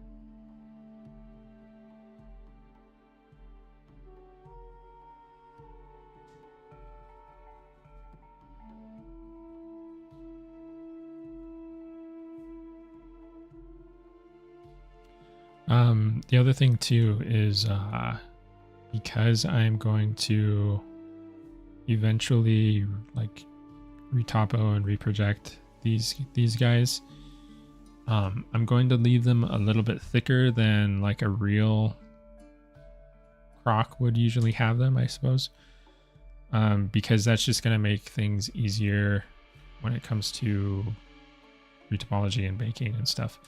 I'm talking about, you know, how thick these are.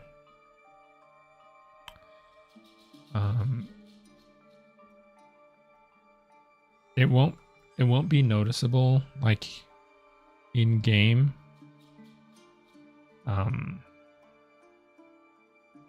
It'll feel proportional to like everything else. Like it won't feel weird or anything. But it'll make the process go by smoother.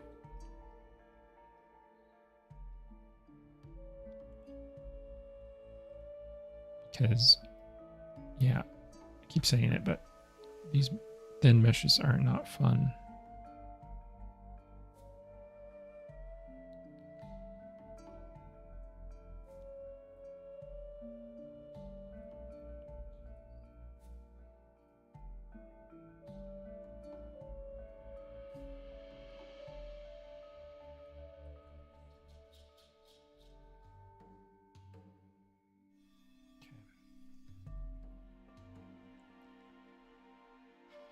Looks pretty cool to me.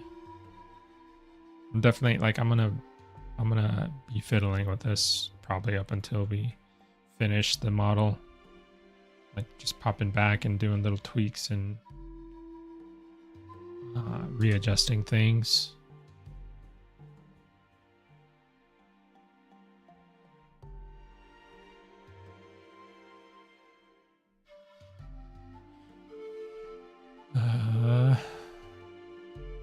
Just considering.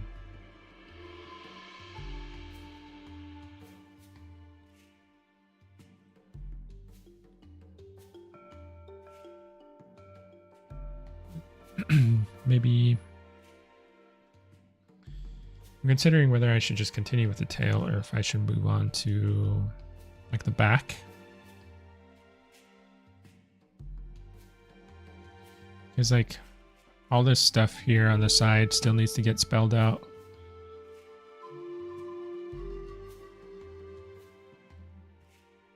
Let's see if I have a good ref for that.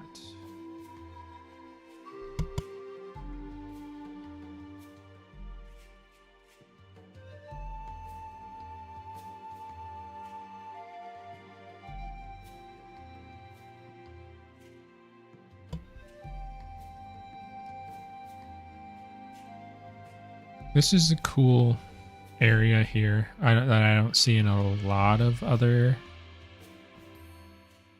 Like a lot of the times, this is an alligator, I believe. Like if you look at the sides here, they're smooth. Whereas this actually, they have a ridge going down some of these. That'd be a cool little detail to add. Some additional interest on the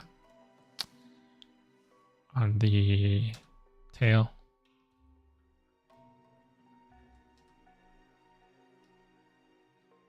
So if I come down here, get this, I need to figure out where these portions actually end.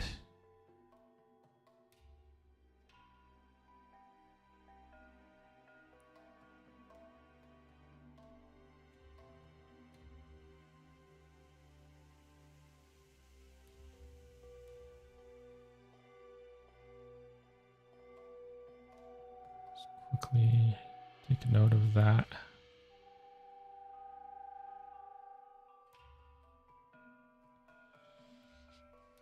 And then I'm gonna try and visualize where these other scales are gonna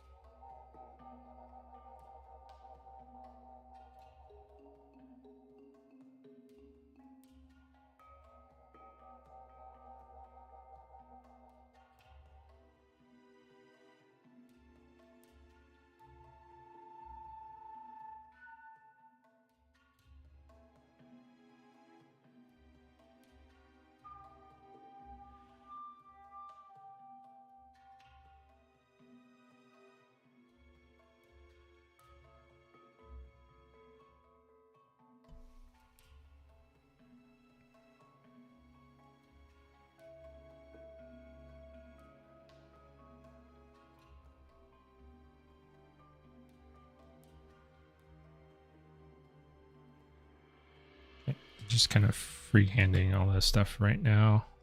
You can see that initial like line that I added in just didn't line up quite right. So I'm going to re-establish that. It's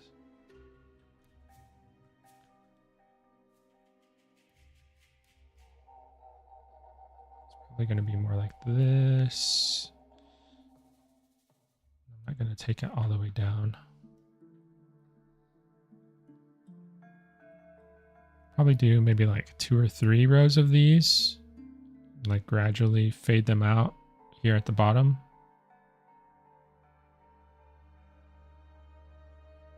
Something like that.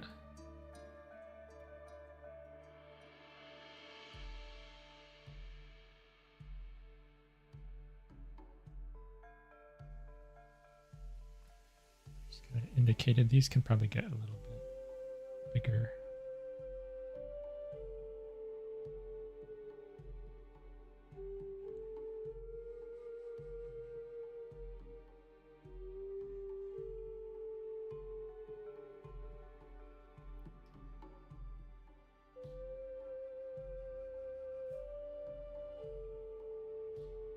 Yeah, something like that, I think.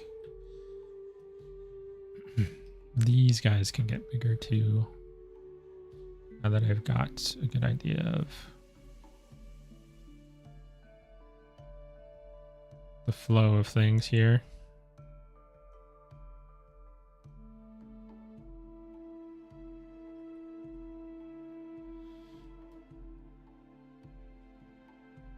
You can see how tall these get here. I think this is an alligator in Florida or something.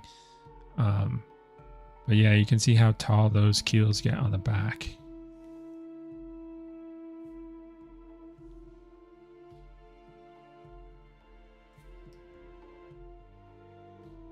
So I don't know. I'll keep them this height for now. And then later on, if I need to adjust their height, I can do that.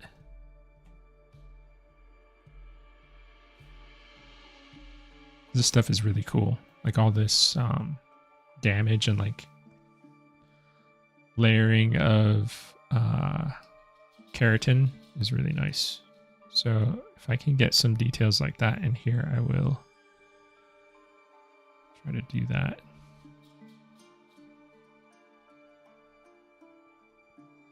Not now, of course, but once we actually get into like a serious detail pass, I'm gonna try to do that stuff.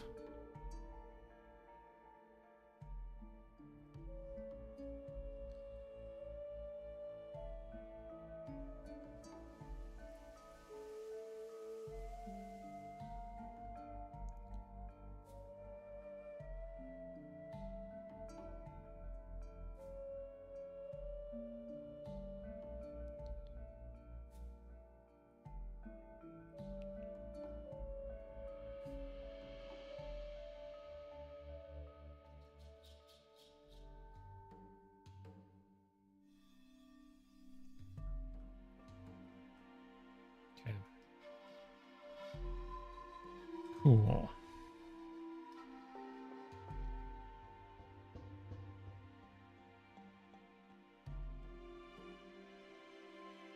Part of this is like, it's kind of like leaving notes for future me, you know?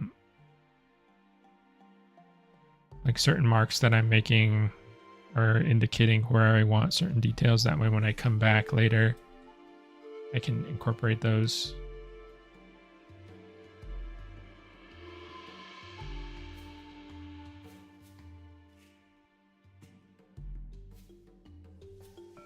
Okay.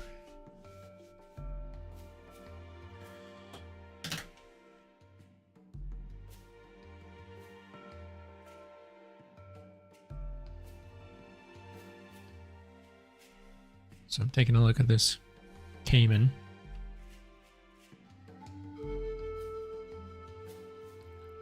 So there's definitely a distinct change, right?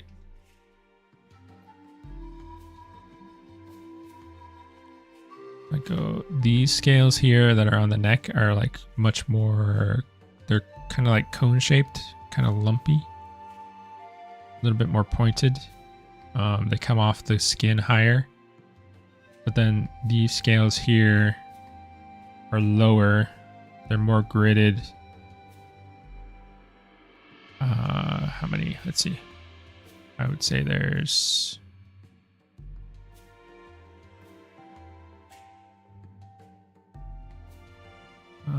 what's that? 1, 2, 3, 4, 5. 5 in a row. They're pretty consistent going down the back. I'm marking up my reference a lot. They're pretty consistent going down the back.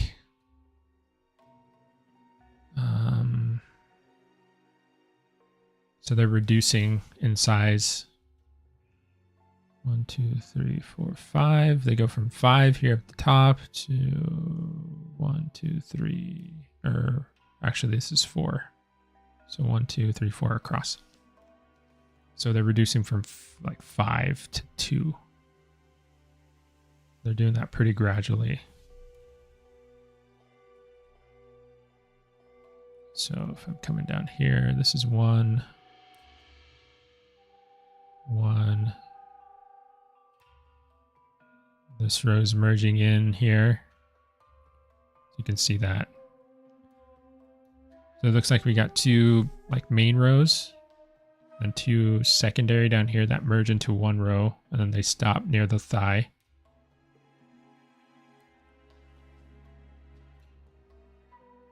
Okay.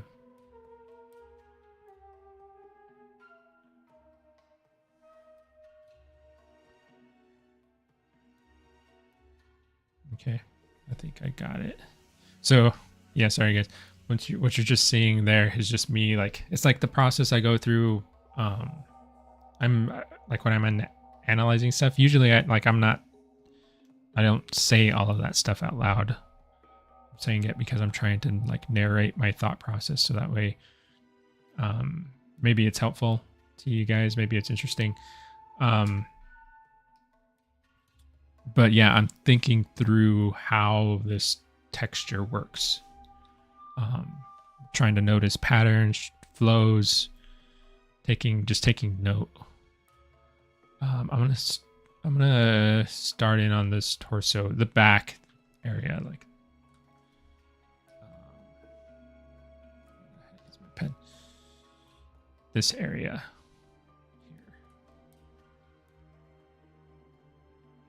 And I'm going to add a new layer just in case. So if we don't like changes, then we can undo it. And I'm going to start about right here. So we are saying 1, 2, 3, 4 rows. And we know that here,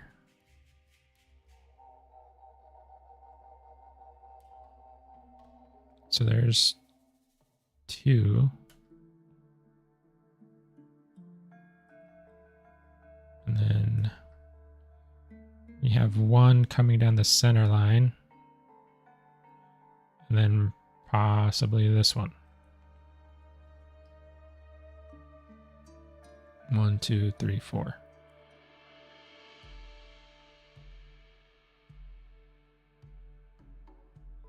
So this is going to go down there. This is going to go down there. So part of the trick here is that I've already established all this stuff. I'm kind of doing this a little bit backwards.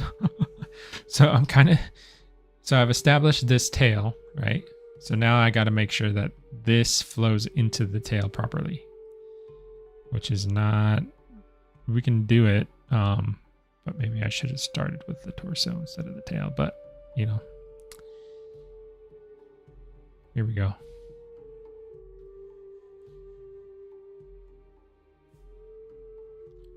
So it'll be something like this.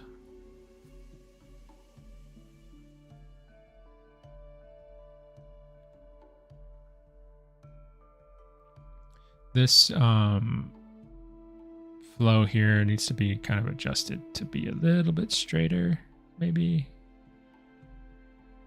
Maybe I can adjust the width of the scales. So that way they're a little bit bigger.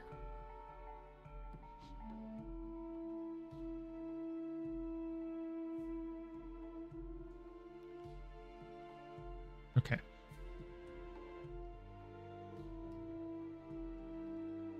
So I'm just going to indicate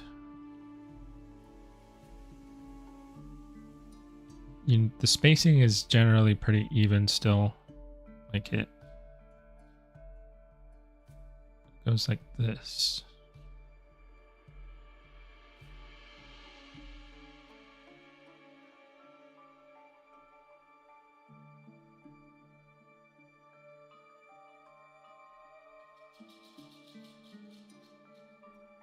Kind of like that.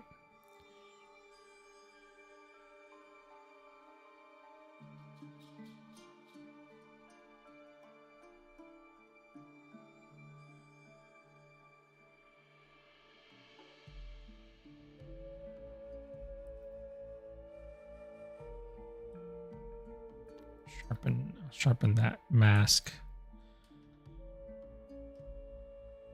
No, not soften, sharpen. There we go. Make sure they stay pretty square. Not like super square, but square-ish.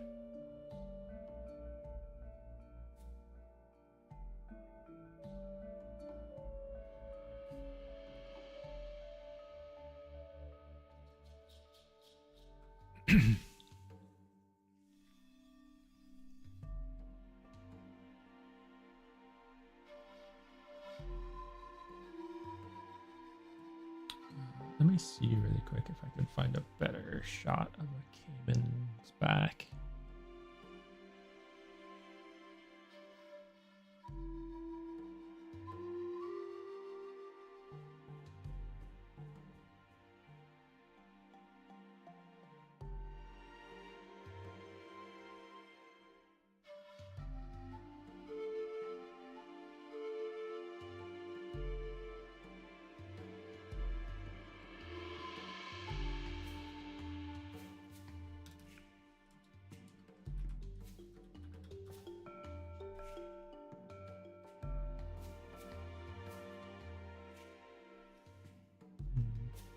Okay.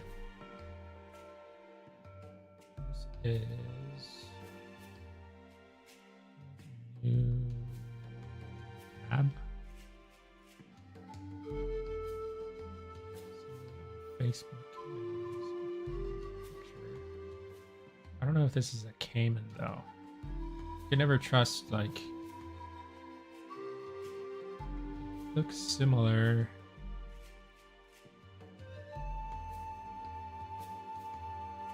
I don't know. It has a similar structure, so it may be a caiman, it might not be. It might be an alligator. But it has a similar sort of grid. So this could help. This is just cool because of the material qualities to it.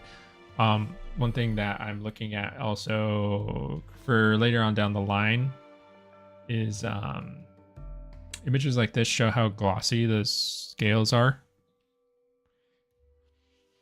And I don't, yeah, this animal looks, it doesn't look like it's been in the water. It looks like it's pretty dry.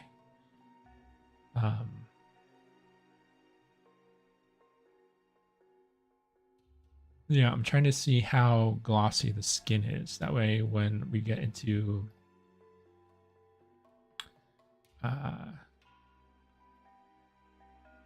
Substance Painter and we start texturing stuff, I can dial in the glossiness of the skin correctly.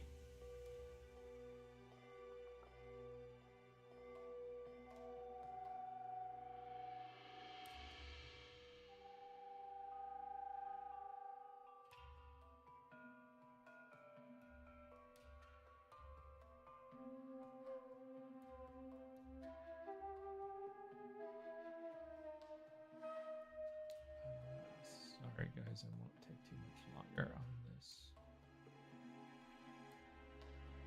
I'm just kind of quickly scanning with my eye to see if there's anything else helpful. I might do a bit more.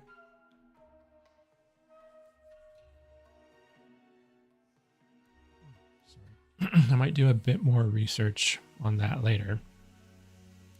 I think for now I can keep going. We're aiming for this kind of thing, and we're just keep in mind that this might not be like this might not be a caiman. It's gonna be like, this is gonna be kind of a hybrid between caiman, alligator, and croc anyway. I'm not gonna go like strictly for caiman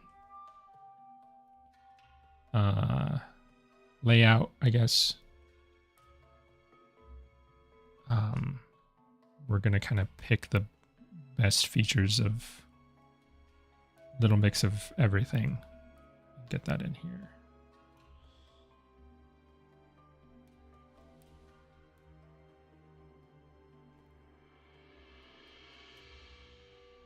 Like if this were a museum, like for a museum or something, I think I would be much more strict about what I'm allowing. And I'd probably have like consultants and stuff that I need to work with to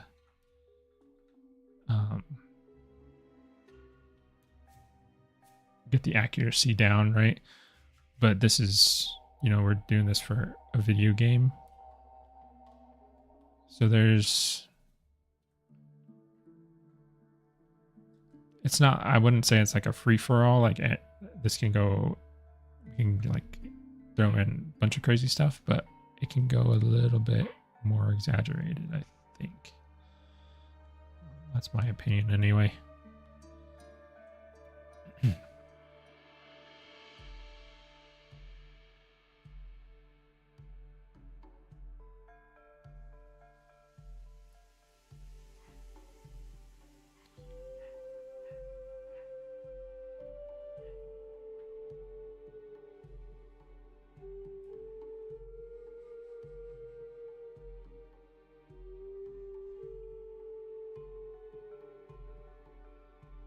I'm using, I didn't mean to start using this method of scales. I was just sketching stuff out with my masking pen. But this is a different way of laying in scales that is also something. It's just a different approach. This sort of masking method.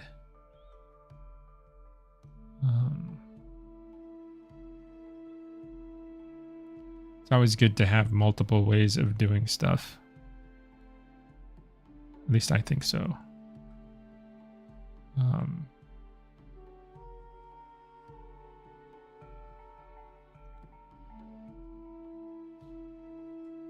There's so many ways to approach pretty much anything in ZBrush.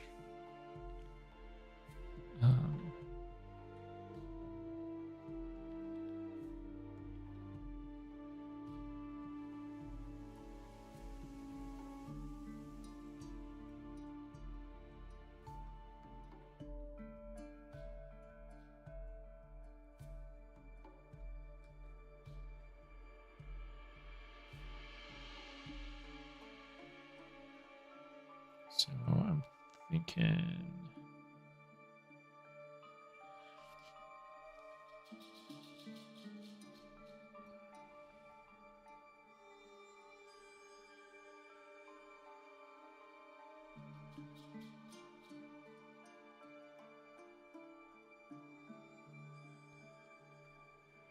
So what I'm a little bit fighting with here is this row of scales on the side. Because I'm wondering, where's my reference? No, I think it's okay. One thing I'm not taking into consideration is that there's like a fall off. So like the shape is actually like this and not like a perfect, it doesn't meet up with the neck perfectly. And then what I can do is get this like closer.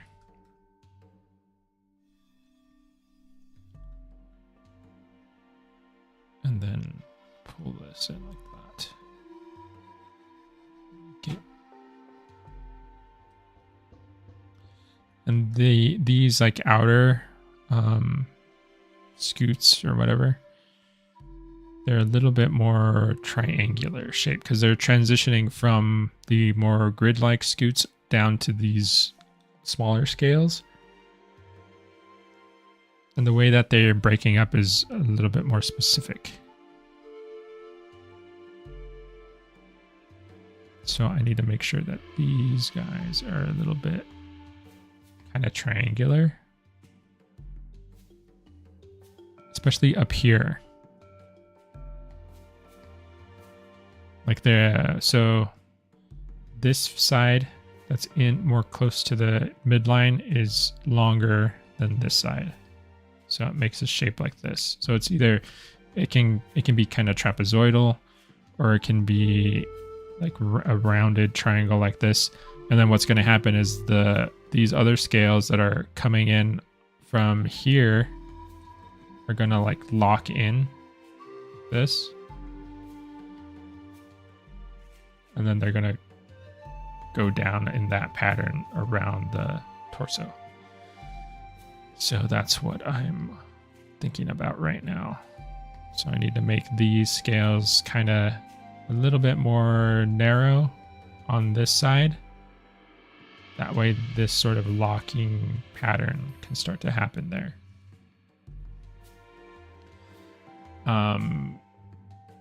The transition areas on these crocodile scales are pretty tricky. Because they can either look like really cool and really good, or they can look just kind of off and wrong.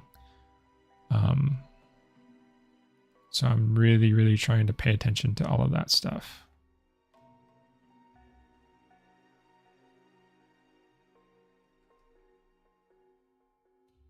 Because they're subtle, but they make a big difference across the whole model.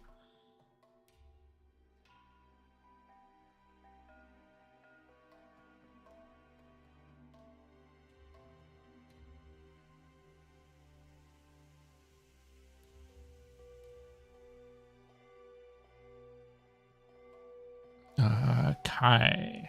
Purussaurus is planed. I guess I'm not sure what that means. What do you mean by Purussaurus is planed?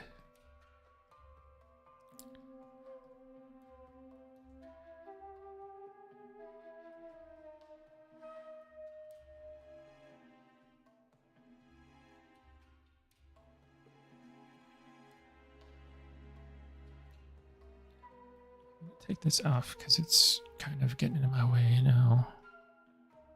Now that I kind of understand what I'm trying to go for.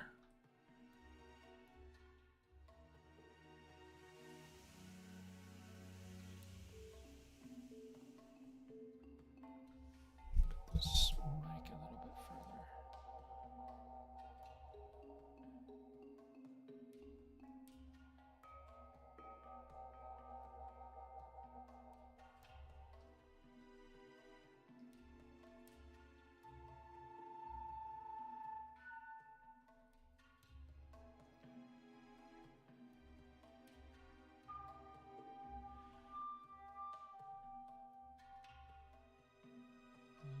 areas here just feel a little bit too square, so I'm going to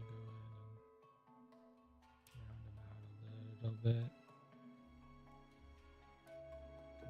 Reinforce some of this organic quality to things. I feel like it's working, it's just some areas get a little bit too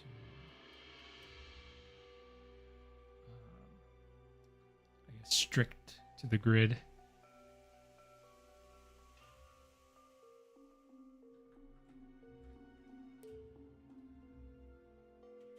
So we'll blur this mask just a tiny bit so it's not so harsh when I raise this stuff up. And then what should we do? Probably form soft. And then I'm just going to lightly brush over top of this stuff. See how it pops out.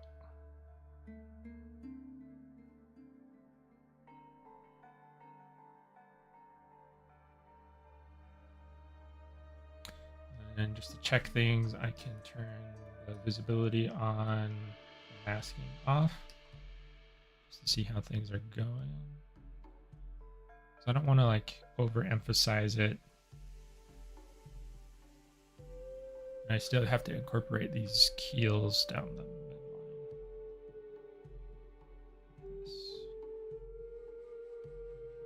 Which is going to make it look a lot cooler.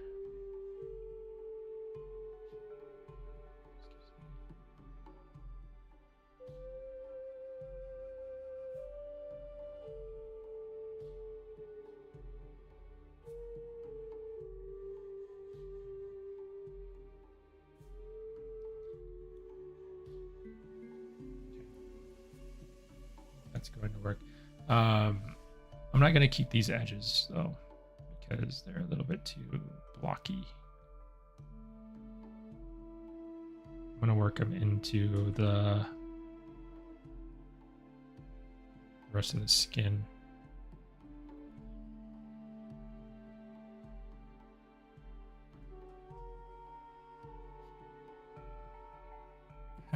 So one thing I always catch myself doing, you see how I hold my head back like that, even though I don't need to. I could just zoom out like this. That's something that it's kind of like a muscle memory thing from art school, I guess. I'd be at my easel painting something, and then to like get a bigger view, I'd have to pull back or like walk back. So I still do that for some reason, even though there's no need with digital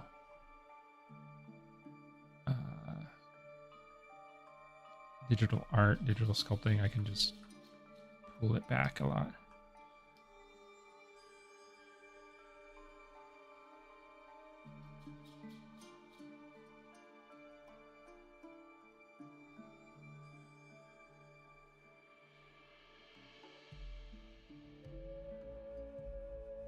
Okay. I'm gonna give it, enhance that edge just a tiny bit, just to make sure I know where everything is. And then I'm gonna clear the mask, so we don't have the mask anymore. And then I'm gonna just kind of blur things just a little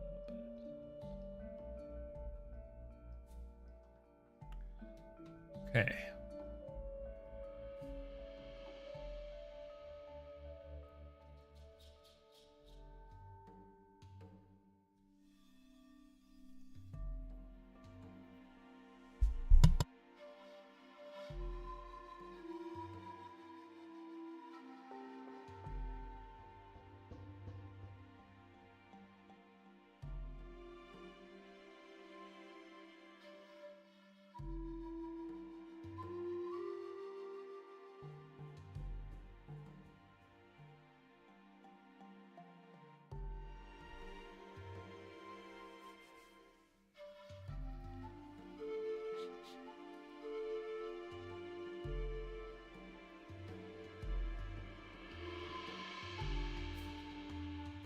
So now I can start digging into this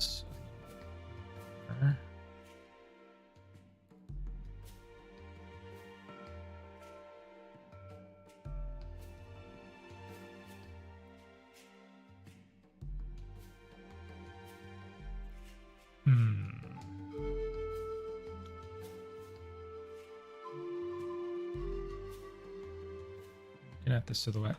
Okay, and we're gonna try one thing. My last attempt at doing this wasn't so great. Let's see if this is actually useful. So a lot of these like custom brushes and stuff are really cool and they help a lot, but they require a lot of like R&D, I guess. Like you have to make it, test it out, see if it's doing what you want it to do. It's not like a quick thing. Like you could spend a few hours just making one brush or one like alpha. And I tend to like lose my patience with that stuff a lot. So instead of like dialing it in, I'll try it out, and if it doesn't work, I'll just end up hand sculpting, which is what you saw earlier. But let's see if I can. I think this might, I don't know, I don't want to speak too soon. This might help a little bit. Trying to get some of this detail in there. I don't want it like fully detailed. I want room to like build on top. But I want just a little bit of like foundational detail. That I can use to like start more detailed sculpt from. I'm not going to use a VDM though. I'm just going to use the regular alpha.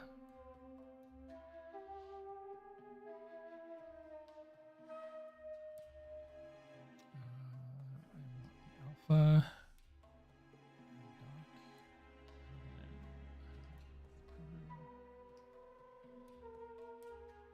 I should save before I forget.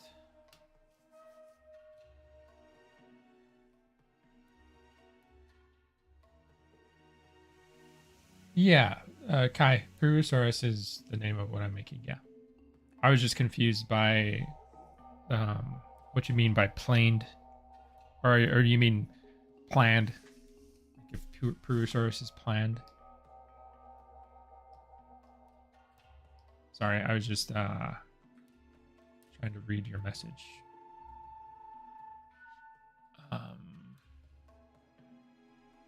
Okay.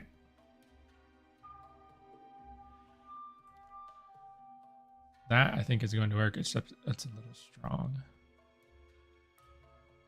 So we'll drag that out. Let's see how it looks on the side. Maybe a little bit stronger.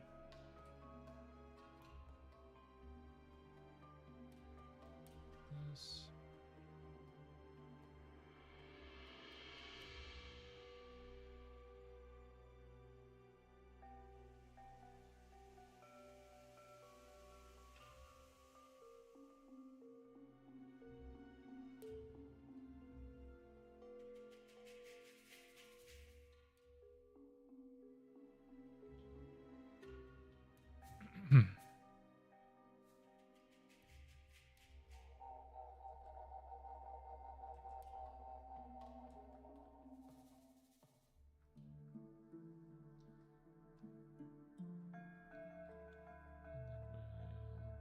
For the rest of them.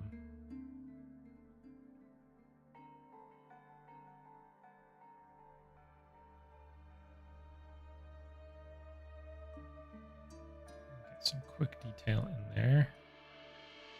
That'll look pretty cool. And then, yeah, it'll be ready to sculpt on top of. I'll do a bit more sculpting just to like spell a few things out on here, but I'm not going to do a ton.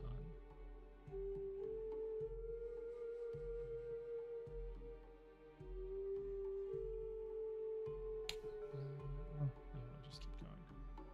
I was going to lower the intensity. Yeah, Kai, no worries.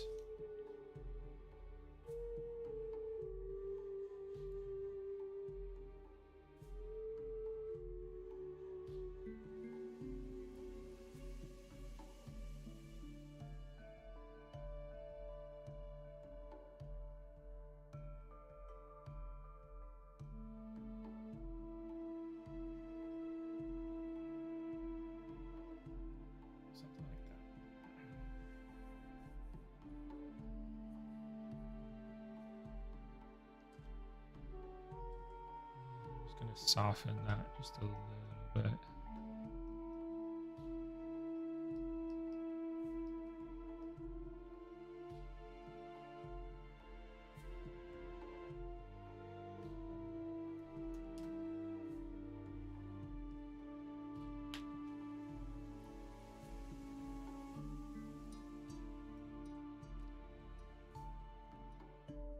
Just taking it in, seeing how it feels.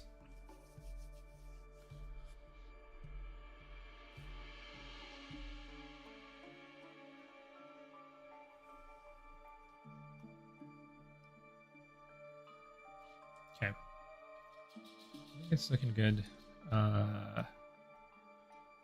I am just gonna do a little bit of like additional sculpting. Let me go with this. And I'm gonna turn the alpha off. So I want something kind of like soft, a little bit more like blobby. The mark making, at least. So I don't want to be too harsh.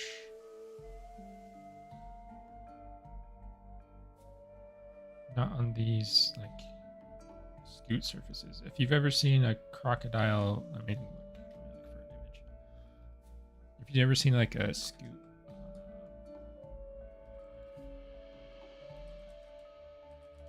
one of the back scoots on a croc or something, the texture on it is pretty like smooth-ish, with kind of hints of like kind of ridges. Let's see if I can find a good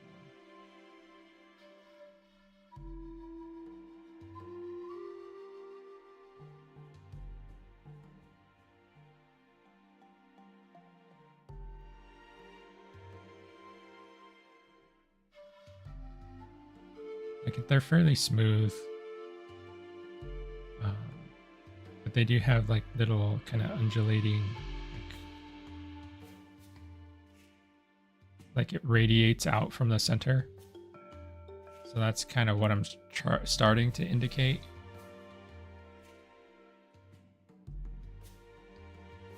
This sort of thing.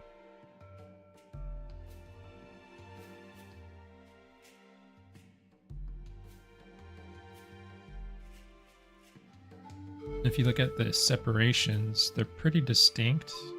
Like they're pretty well separated. You can see like lines where each section is divided. So I'll have to go in and define all of that.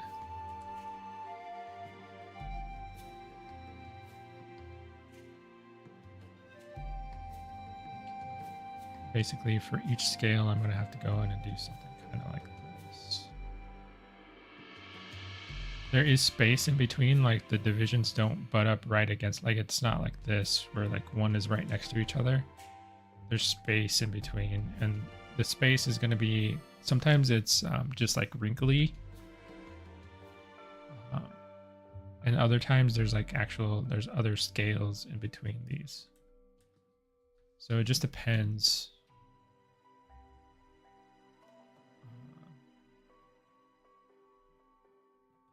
I think I'm going to go for more like cracked, sort of like wrinkly approach, rather than having like little scales in between.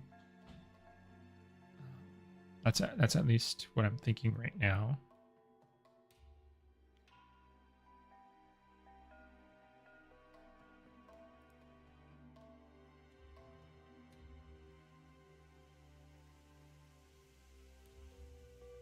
Kind of like this sort of thing.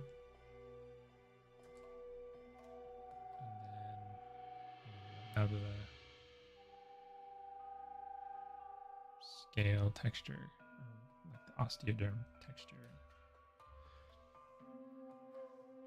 incorporated. I keep on messing up my terminology here. Osteoderms and scutes are different things. And these are osteoderms. because they're actually supported by a bony structure. Like there's bone underneath this for each section. There's bone. A scoot doesn't have bony support, I don't think.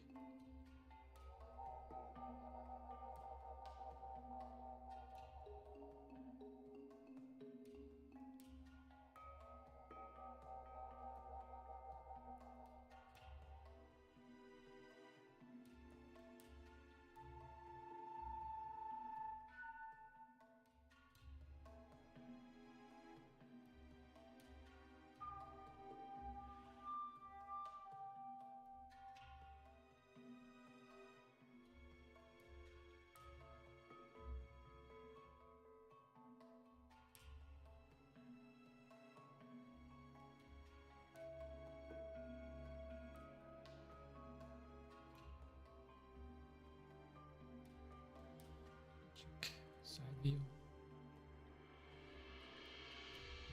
Go back to one of these other mat caps.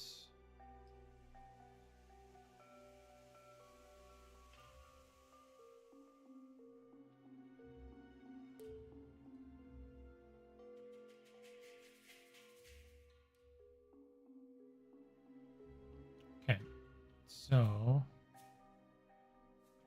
silhouette could use a little bit of work on the back here, especially on these upper scoots. Or I did it again, osteoderms. There we go. So I'm gonna like sharpen these a little bit. Just make them just a tiny bit bigger, pointier. So they break the silhouette a little bit more, and they create a little bit more of an impact. Especially on the side facing the tail, I want to have a little bit more emphasis.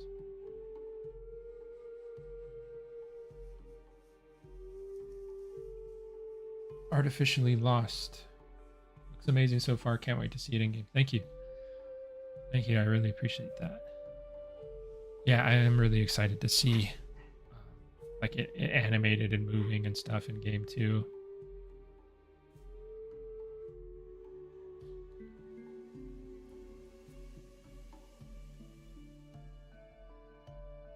I think it's gonna be a pretty unique like experience, like playing a creature that I sculpted. I haven't quite had that experience yet. There are games that I've worked on that are still being like produced, so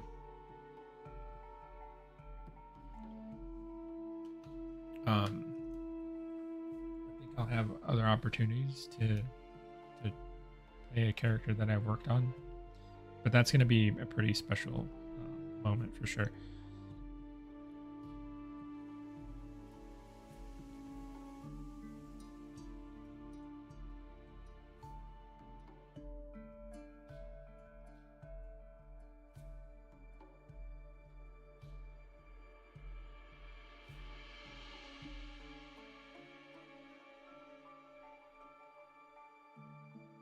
Okay, so now that I can actually see,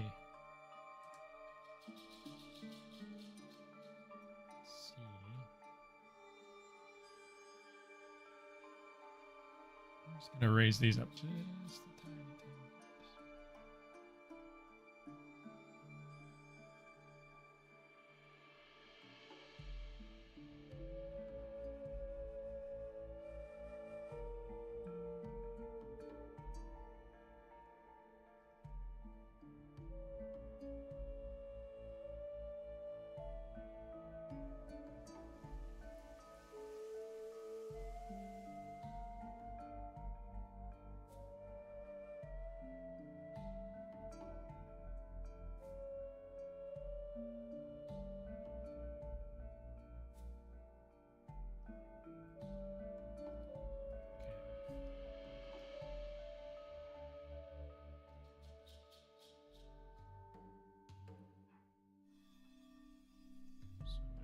go back to the other mat cap. Go into. Okay, that's feeling better. I think eventually, like this is almost where I think I'd like it to be, but I think eventually maybe just a tiny bit more, a little bit sharper would be good. So like I said, I don't want it to go like, you know, I'm not gonna make a dragon here. Just a little bit, I think would go a long way. And then once we get to the neck, this area here is going to be a little bit more interesting. Like it's going to have more variation. But I think that is going in the right direction. Go back to my clay material. Just kind of, I'm just going to kind of feel out this area a little bit more too for the end of stream.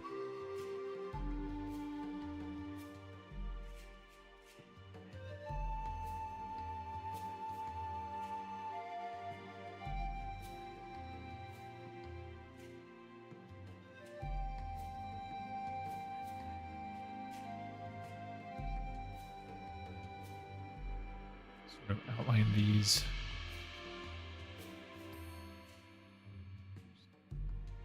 Find the border just a little bit better.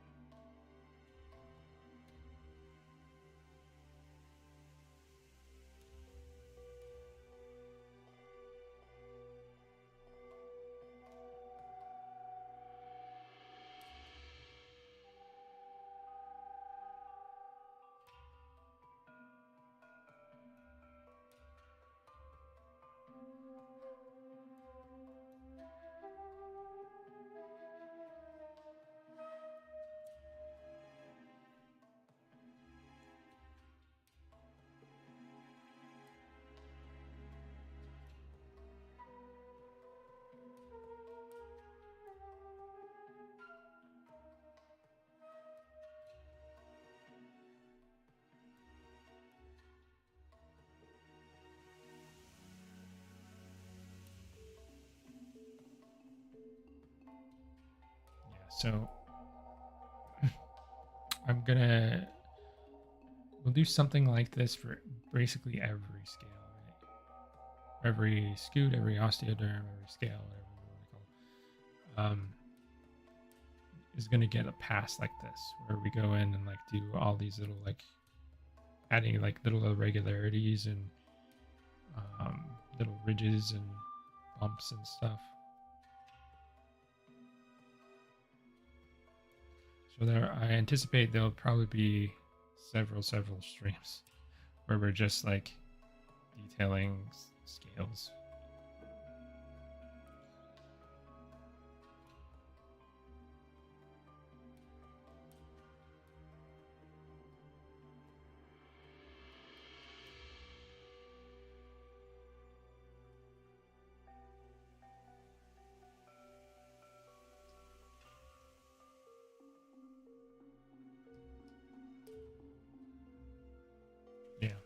Okay. I think well, I'll keep it on a layer just to have it there. It's not doing any harm right now. Like, let's see, how much time do we got? We got 6 minutes. So I'll kind of do a little review with you guys and tell you what I'm planning next. But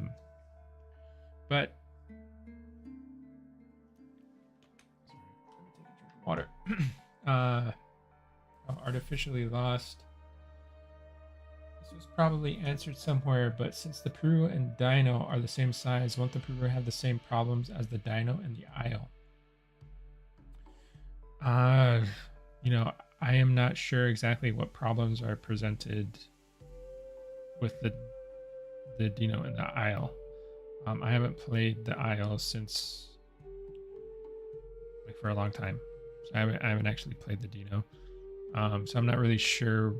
Could you explain maybe a little bit about what the issues are? I think that would probably, I don't know if I'm equipped necessarily to answer that question very thoroughly, because that seems more like a gameplay design thing,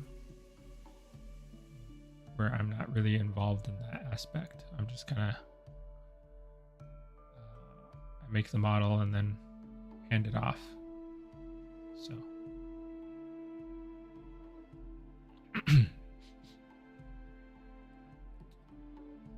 I'm sure there are like quite a few different challenges presented when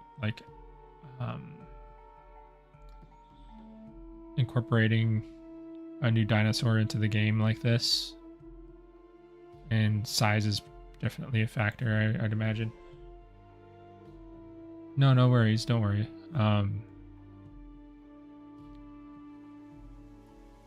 Yeah, that may be maybe if we get in the future, if we get one of the game devs in here, maybe they can speak a little bit more to that. I was gonna just recap just a little bit. So if you guys want to see today, that is where we started, and then we did the tail, we did the scoots on the back. So it's quite a bit of progress, I think. I mean, it definitely makes the model feel, more complete, more crocky. These scales, the scoots, everything are a huge part of what makes Crocodile feel like it's like their signature, right? So it's really cool that we've been able to get that in there today.